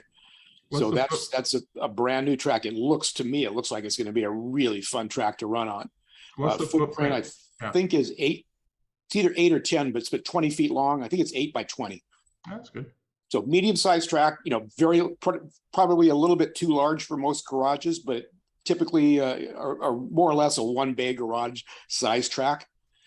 And so a little bit of elevation change, and then the what we call the dead man, because the direction is from the top to the bottom on that right-hand front straight. And that's got about a 5-degree bank in it to make it a little bit easier, so we don't have quite as many cars coming off under the bridge. But other than that, it's fairly flat with just the elevation change you see. And so, like I said, this looks to be a great track. Yeah, it's going to be fun. So that's it for Northern California for this week. We've got lots of races coming up. So, like I said, we've almost got the problem of too many races, because when you schedule 2 races on one weekend, some people just can't make it. But we had to wait for Justin to get back from Latvia so he could be the race director. So that was the only race date available for that race. So that's it for me for Northern California. Awesome. Good stuff happening in NorCal. Good. All right. Also, wonderful presentation again, Jim. Yeah, always I love his professional. presentations. Well, when I got laid off a couple of years ago, that's what I used to do. I used to do PowerPoint presentations for work. You can see that. It's like, oh, I get to do a PowerPoint presentation. It's kind of fun. So, well, thanks for sharing again, Jim, and looking forward to more reports on that activity. Wayne's got his hand up still. Is that from before, or you want to share some Club Corner, Wayne? No, it's up for Club Corner this time. All right. Tell us what's going on. Well, we've got another Disca endurance race ahead of us this weekend. Yes, we do. And all I've got is one picture that I can show you. Maybe it's that way. I don't know. There we go. Okay. That's the track you're going to be on? Yeah, this is laid on top of a wood track at North Staffordshire Club. It's a venue I've never been to. I know that Alan was in the chat earlier, but he seems to be missing right now. I was hoping he was going to give me some clues about what this track is like. Last erected and used, I think, back in 2017. There is a video of that race on the YouTube channel that we all know by Johnny S. But this one, this time, has that rather long looping pit lane, which wasn't present in the last iteration. And this time we're running World Endurance Championship cars. So that's the 3 categories, GT, LMP 1 and 2. And the race will be 2 times 6 hours, with 6 hours running on the Saturday along with qualifying beforehand, and an additional 6 hours. I think it's cumulative lap scores on the Sunday. So a new track. I've joined a different team to usual again this time. We're in LMP1. It'll be the first experience for myself with an LMP1 category car. And so there's going to be quite a lot to learn. And there it is. It was assembled and tested last weekend, and it's been laid out and settling for the week. Hopefully it'll be as flat as possible. That's upcoming for, I think there are 10 teams of 2 to 3 drivers entered. So yeah, that's what's coming up for me this coming weekend in club activity. I'm looking forward to seeing what happens at that event.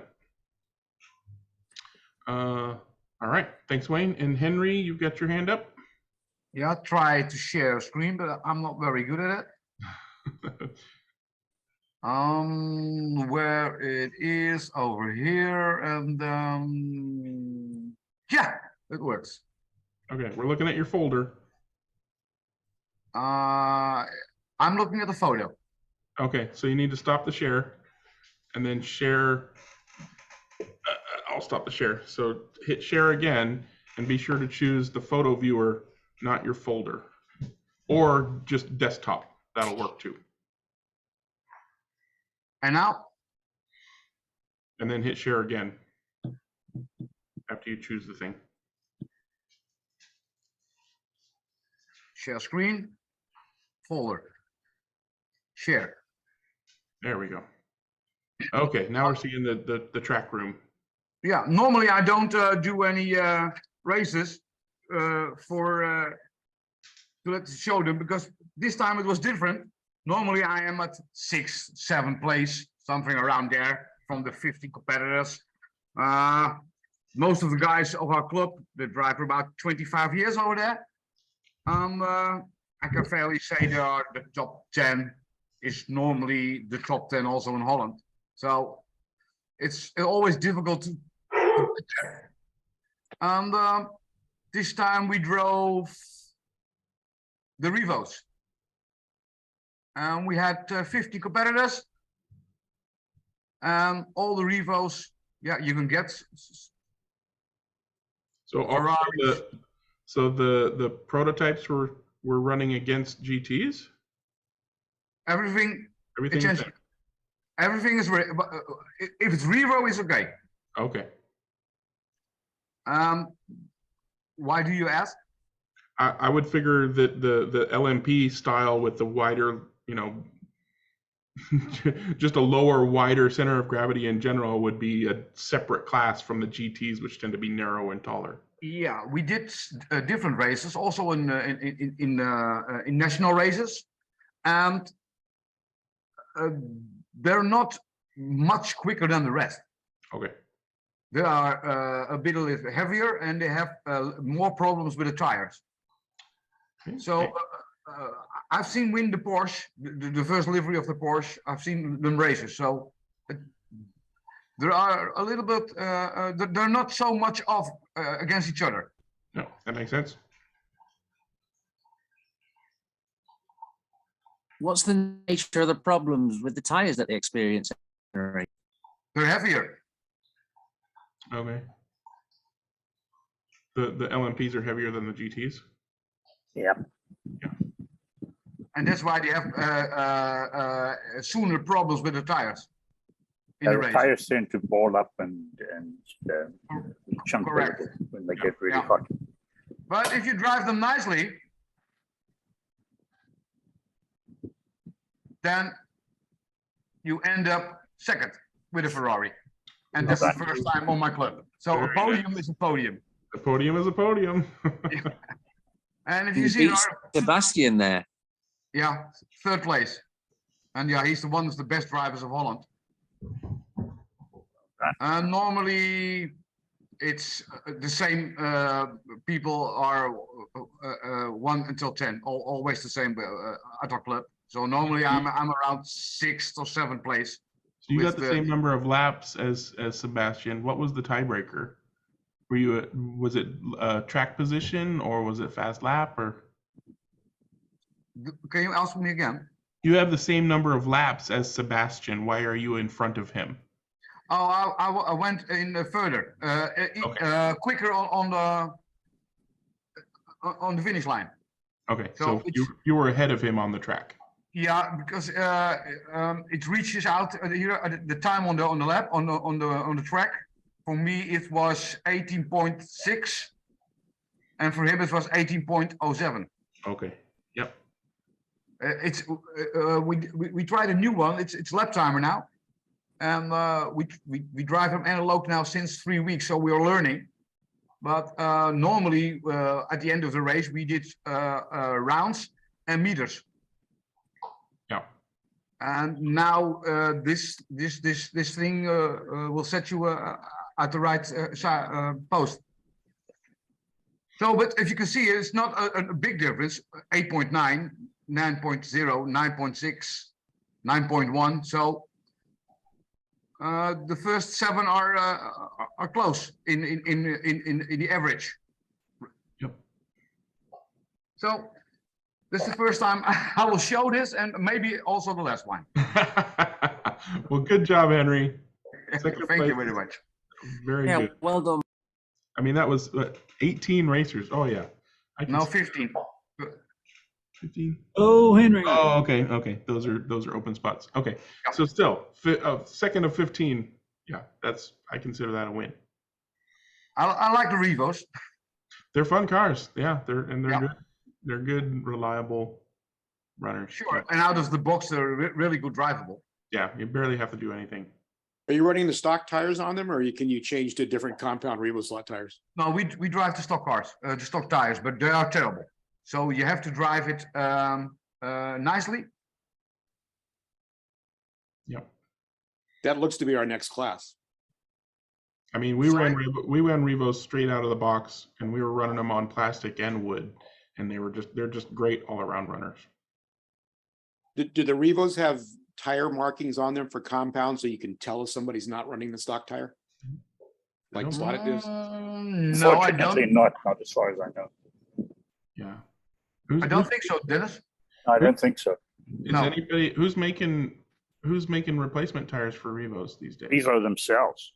Yeah. Yeah, they have different They have 4 tires. compounds. Oh, okay. Correct. Yeah. Okay. Yeah, they have a 22 and they have a 15, I think. I think they have from the regular. Don't they have a I tried harder compounds, and and they are best. They don't get marbles with a higher compound, but the grip is not so good. The other thing with Revos is that they make an air system wheel as well, an air system tire as well that you can't see from the outside. Do they? Yeah. Okay. RS2 or 3. But good to know. I'm looking at the tire right now in front of me, which is a 22, and there's no marking on it at all. No, unfortunately. But you could feel the air. You could feel air tires by just squishing. I would think so. Yeah. Yeah, they're not allowed. So. Yeah. But if you can't police what kind of tire is on a wheel, then you've got to open it up to them all and just let the field find the best one. Mm-hmm. It may not be the softest. That's the issue. That's the issue I'm running into. My experience at Electric Dreams has been that the regular tire, and not just the regular tire, but the narrower one has suited me better than the wider or softer tires. Primarily because by the end of the day, when you've had a lot of guys running, the track gets pretty sticky, and the tires start to chunk and they wear. So I'm running the stock tire, and I get a nice slide out of the stock tire, and the car runs well. Yeah, We- you're we- correct, Dennis. Yeah. We ran the Far Out Club, the LA Far Out Club, ran RevoSlot and Racer Sideways Group 5 last Saturday, and I was there. In the RevoSlot, I ran one of those early TSW Porsches, the very first out of the. It was the oldest RevoSlot that I have, out of the very first batch, and I guess because of the fact that it's the oldest one I have and has the most laps on it. It was the quickest car that I have, the quickest Revo that I have. I came in second behind Eddie Shora. So this I one? had a really good run on the stock narrow tire. This one, Dennis? No, it's the TSW one, not the Tiger one. The blue and silver one. Yeah, okay, but it's the same model. Same model as that. Yeah, but the blue and silver. And you like them with small tires, because this one I put on the width tires. I prefer them with the narrow tire, because I prefer the way that the car slides through the turn, just the way I drive. That's one, Michael. Other people may not, but I prefer it that way. But don't you find them a little bit tail happy? Like I said, I prefer it that way. I prefer the car. I prefer the car a little bit loose. For some reason, I'm unable to spotlight. Come on, Spotlighter. I was trying to spotlight Mike because he was holding up the car. Let me try one last time. You still got that car, Mike? Yeah, I still got it. That's the one, except I think I have the 64 model. Yeah. Yeah. It's not working on my computer for some reason. I think something has gone on with Henry. I think people. Okay, let me try that one. Do you think, Dennis, that it gives a lot of difference than to drive all RevoSlot to each other, with each other? The competitive, all of them. At Electric Dreams, it's a 5-lap penalty if you'd run the GT1 car in an 18-minute race. Now my computer's wigging out. Dennis is speaking, but he's muted. Dennis, you're muted. Yeah, sorry. Yeah, Jim, you're right for the Electric Dreams rules, but for the Far Out Club that's rules, Electric Dreams only. Yeah, for the Far Out Club rules, it's GT2s only. That's what I'm thinking about doing up here, GT2s only. Yeah, I mean, a couple of guys tried to run, I think, McLarens and F40s as GT1 cars, but they weren't quick enough. As I say, I ran a Porsche. Eddie ran a Marcos. Most of the other fast guys were running Marcoses, and there were 1 or 2 Vipers. But for me, on the Electric Dreams track, the shorter cars were better. So I tried a Marcos and I tried a Viper, but they just weren't quick enough, or they didn't feel right for me, so I didn't use them. Greg, I think you have to unpin Henri there. I didn't think he was still pinned. Oh, I think he's is. not. No? My computer's doing weird things, so I don't know what's going on. Okay, sorry. It's okay. We're towards the end of the show. Dewan, go ahead. The LMPs are not per se quicker. You didn't talk about your. No, I mean, I'm not even seeing Henry's video. It's like I don't know what's going on. Certainly on my track, on my home track, the GT2 cars are quicker than the LMP cars because they're lighter. The GT1 cars, like the Mercedes, that's the heaviest of the whole damn lot. And Wayne will tell you what heavy cars do. Yeah, I'm still very fond of the Porsches and the Toyota, the Supra. That car works really well. And then the Marcos, those ones are my favorites, I guess, out of the Revos.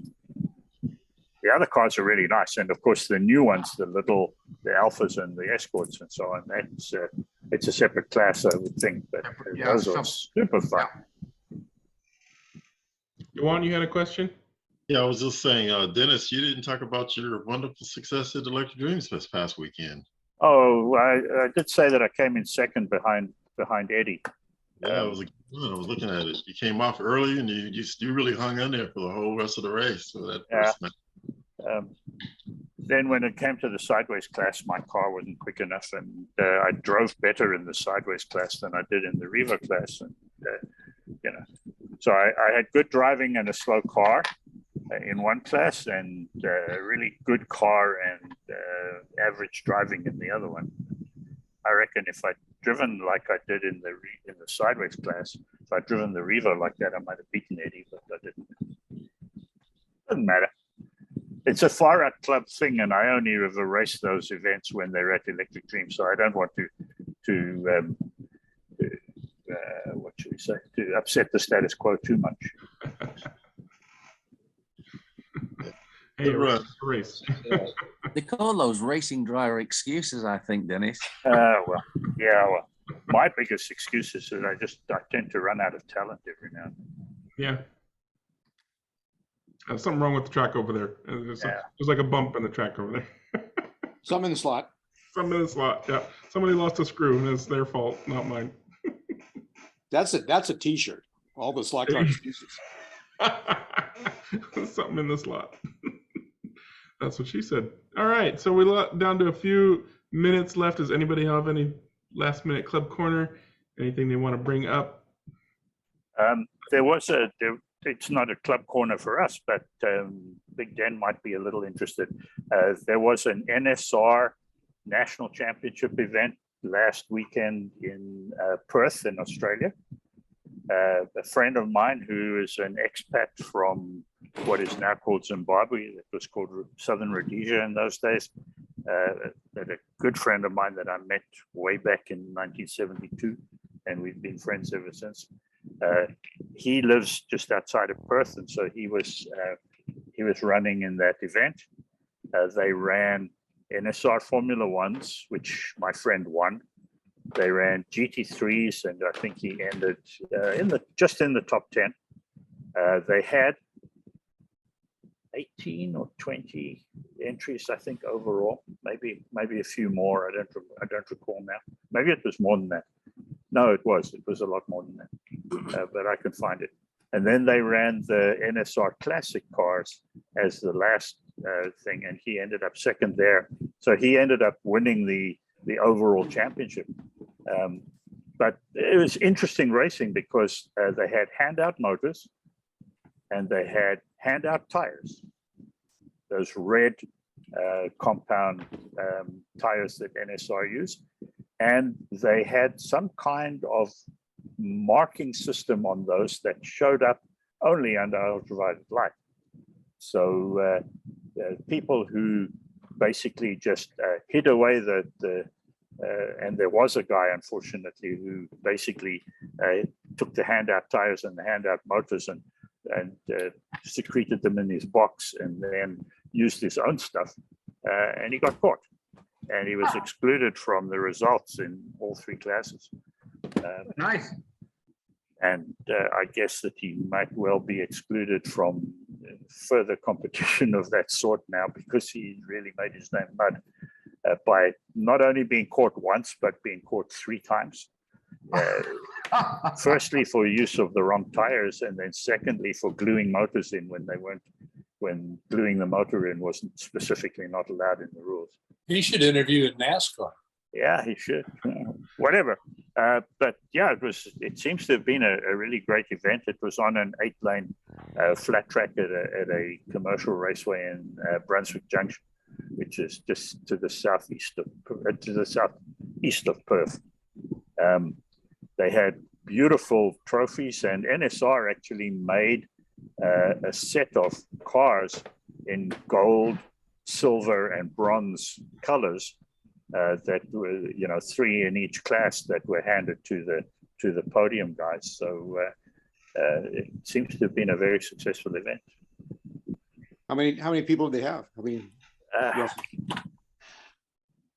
Jim, if I recall, it was like 64 entries. I'll have to look it up. Give me a moment, and I'll tell you. Yeah, I think it was about 18 to 20 for each class, as I remember. That friend of yours, that was Des, was it? That's Des Dunsire, yeah. Yeah. I didn't know he was a friend of yours until somehow I got around to your Facebook page one day and I saw Des, and of course I knew the name from He's been around the Perth scene for. All right. for So quite a long time. GT3, I know he finished 14th out of 40. So there were at least 40 entries in GT3. Whether there were more or less in the other classes, I'm not sure. That looks familiar, John. Mr. Weber. I was going to ask about that. What's that about? I dropped it in the mail yesterday. Yeah, I missed it. John bought a car from you, Jim. Apparently, I didn't know. I didn't even look at the name. It just, automatically prints a label. That's funny. No, I was trying to, but I didn't get it.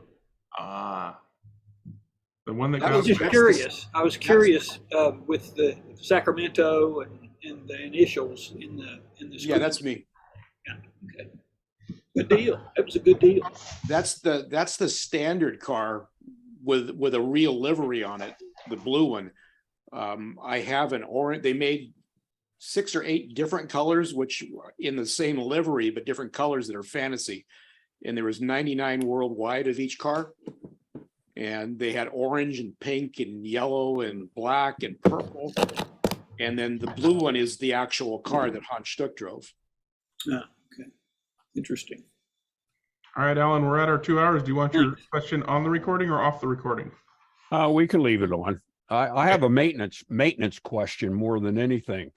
This week I went ahead and pulled out a lot of my Ninco classics, still in the original boxes, haven't been ran in years.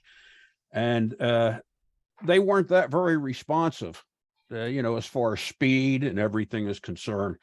And I ran them a little bit more and they still didn't get any better. I thought maybe there was some oxidation on the commutator or something like that, but they didn't get any better. So starting to tear into it, what I noticed is where the wire goes into that little round, I don't know what you call it, that then presses into the guide. Yeah, ferrule. A ferrule. That had a whole bunch of green shit in it, and it was corrosion. Yum. And so I cleaned that up. And my question is, would I be better off to just clean it up, reinsert it, or should I strip the wire back with new wire and then put it into the ferrule and then solder it into the ferrule, then push it into the slide? My experience with green stuff on wiring from automotive is that you really need to get rid of all of it, because otherwise it just migrates up the wire. Yeah. So get rid of it as far back as you can and get new wire and new ferrules, I would say, because anytime that corrodes on copper, it's death for electricity. And if I solder it in, is that going to be better? No, You're going to make a break point if you solder it in. It's just going to. The best way is you need to strip the end of the wire about double the length of the ferrule, and you feed it into the ferrule until the insulation is at the beginning of the ferrule and the rest of it sticking out the bottom, and you fold it back, and then you push the ferrule into the guide against the braid with that folded back wire contacting the braid. So you don't actually use the ferrule for contact at all. You use it for the pressure, just to press the wire against the braid. That's the way it is. You get what I'm saying? But I should replace the entire length of wire. No, correct? not necessarily. I wouldn't. No. Yeah, If you've got enough wire, if there's enough length of wire that you still have a good routing of the wire to the guide and everything moves properly, once you've cut off the bits that are corroded, you should be fine. Okay. Thank you. When you push the ferrule into the guide, what works for me is put the chassis on a chassis plate, because if you don't, when you push the ferrule into it, it may push the braid out. Yeah. So support the braid. Easy way is just to put it on a setup block and then push it in. Yeah, okay. With the guide in the slot. Yes. Good talking. One other point about it, Alan, is depending on what the copper is on that wire, the real cheesy, shitty copper wire, that green stuff could, like Mike said, could go a long ways up the wire. Yeah, it could migrate up. Yeah. So just be aware of that. Okay. And you could also use some kind of anti-oxidizing agent. Like I'm a fan of Inox MX3, and it would not interfere with the electrical conductivity, but it would inhibit corrosion and oxidation and corrosion from oxidation. So something like that in there. And I know some people also like to use a drop of super glue to help keep things from slipping apart, and that would probably also help inhibit oxidation. Okay. All right. Thank you. John's got something to show. John Weber. Is he showing off something again? Where is he? Okay, there he is. Another one of my cards. Inox. Inox. Oh, okay. Inox. Yep. I love that stuff. All right, that is the end of our 2-hour recording. I'm going to hit stop, but we'll keep chatting. Until next time, everybody, bye. Bye.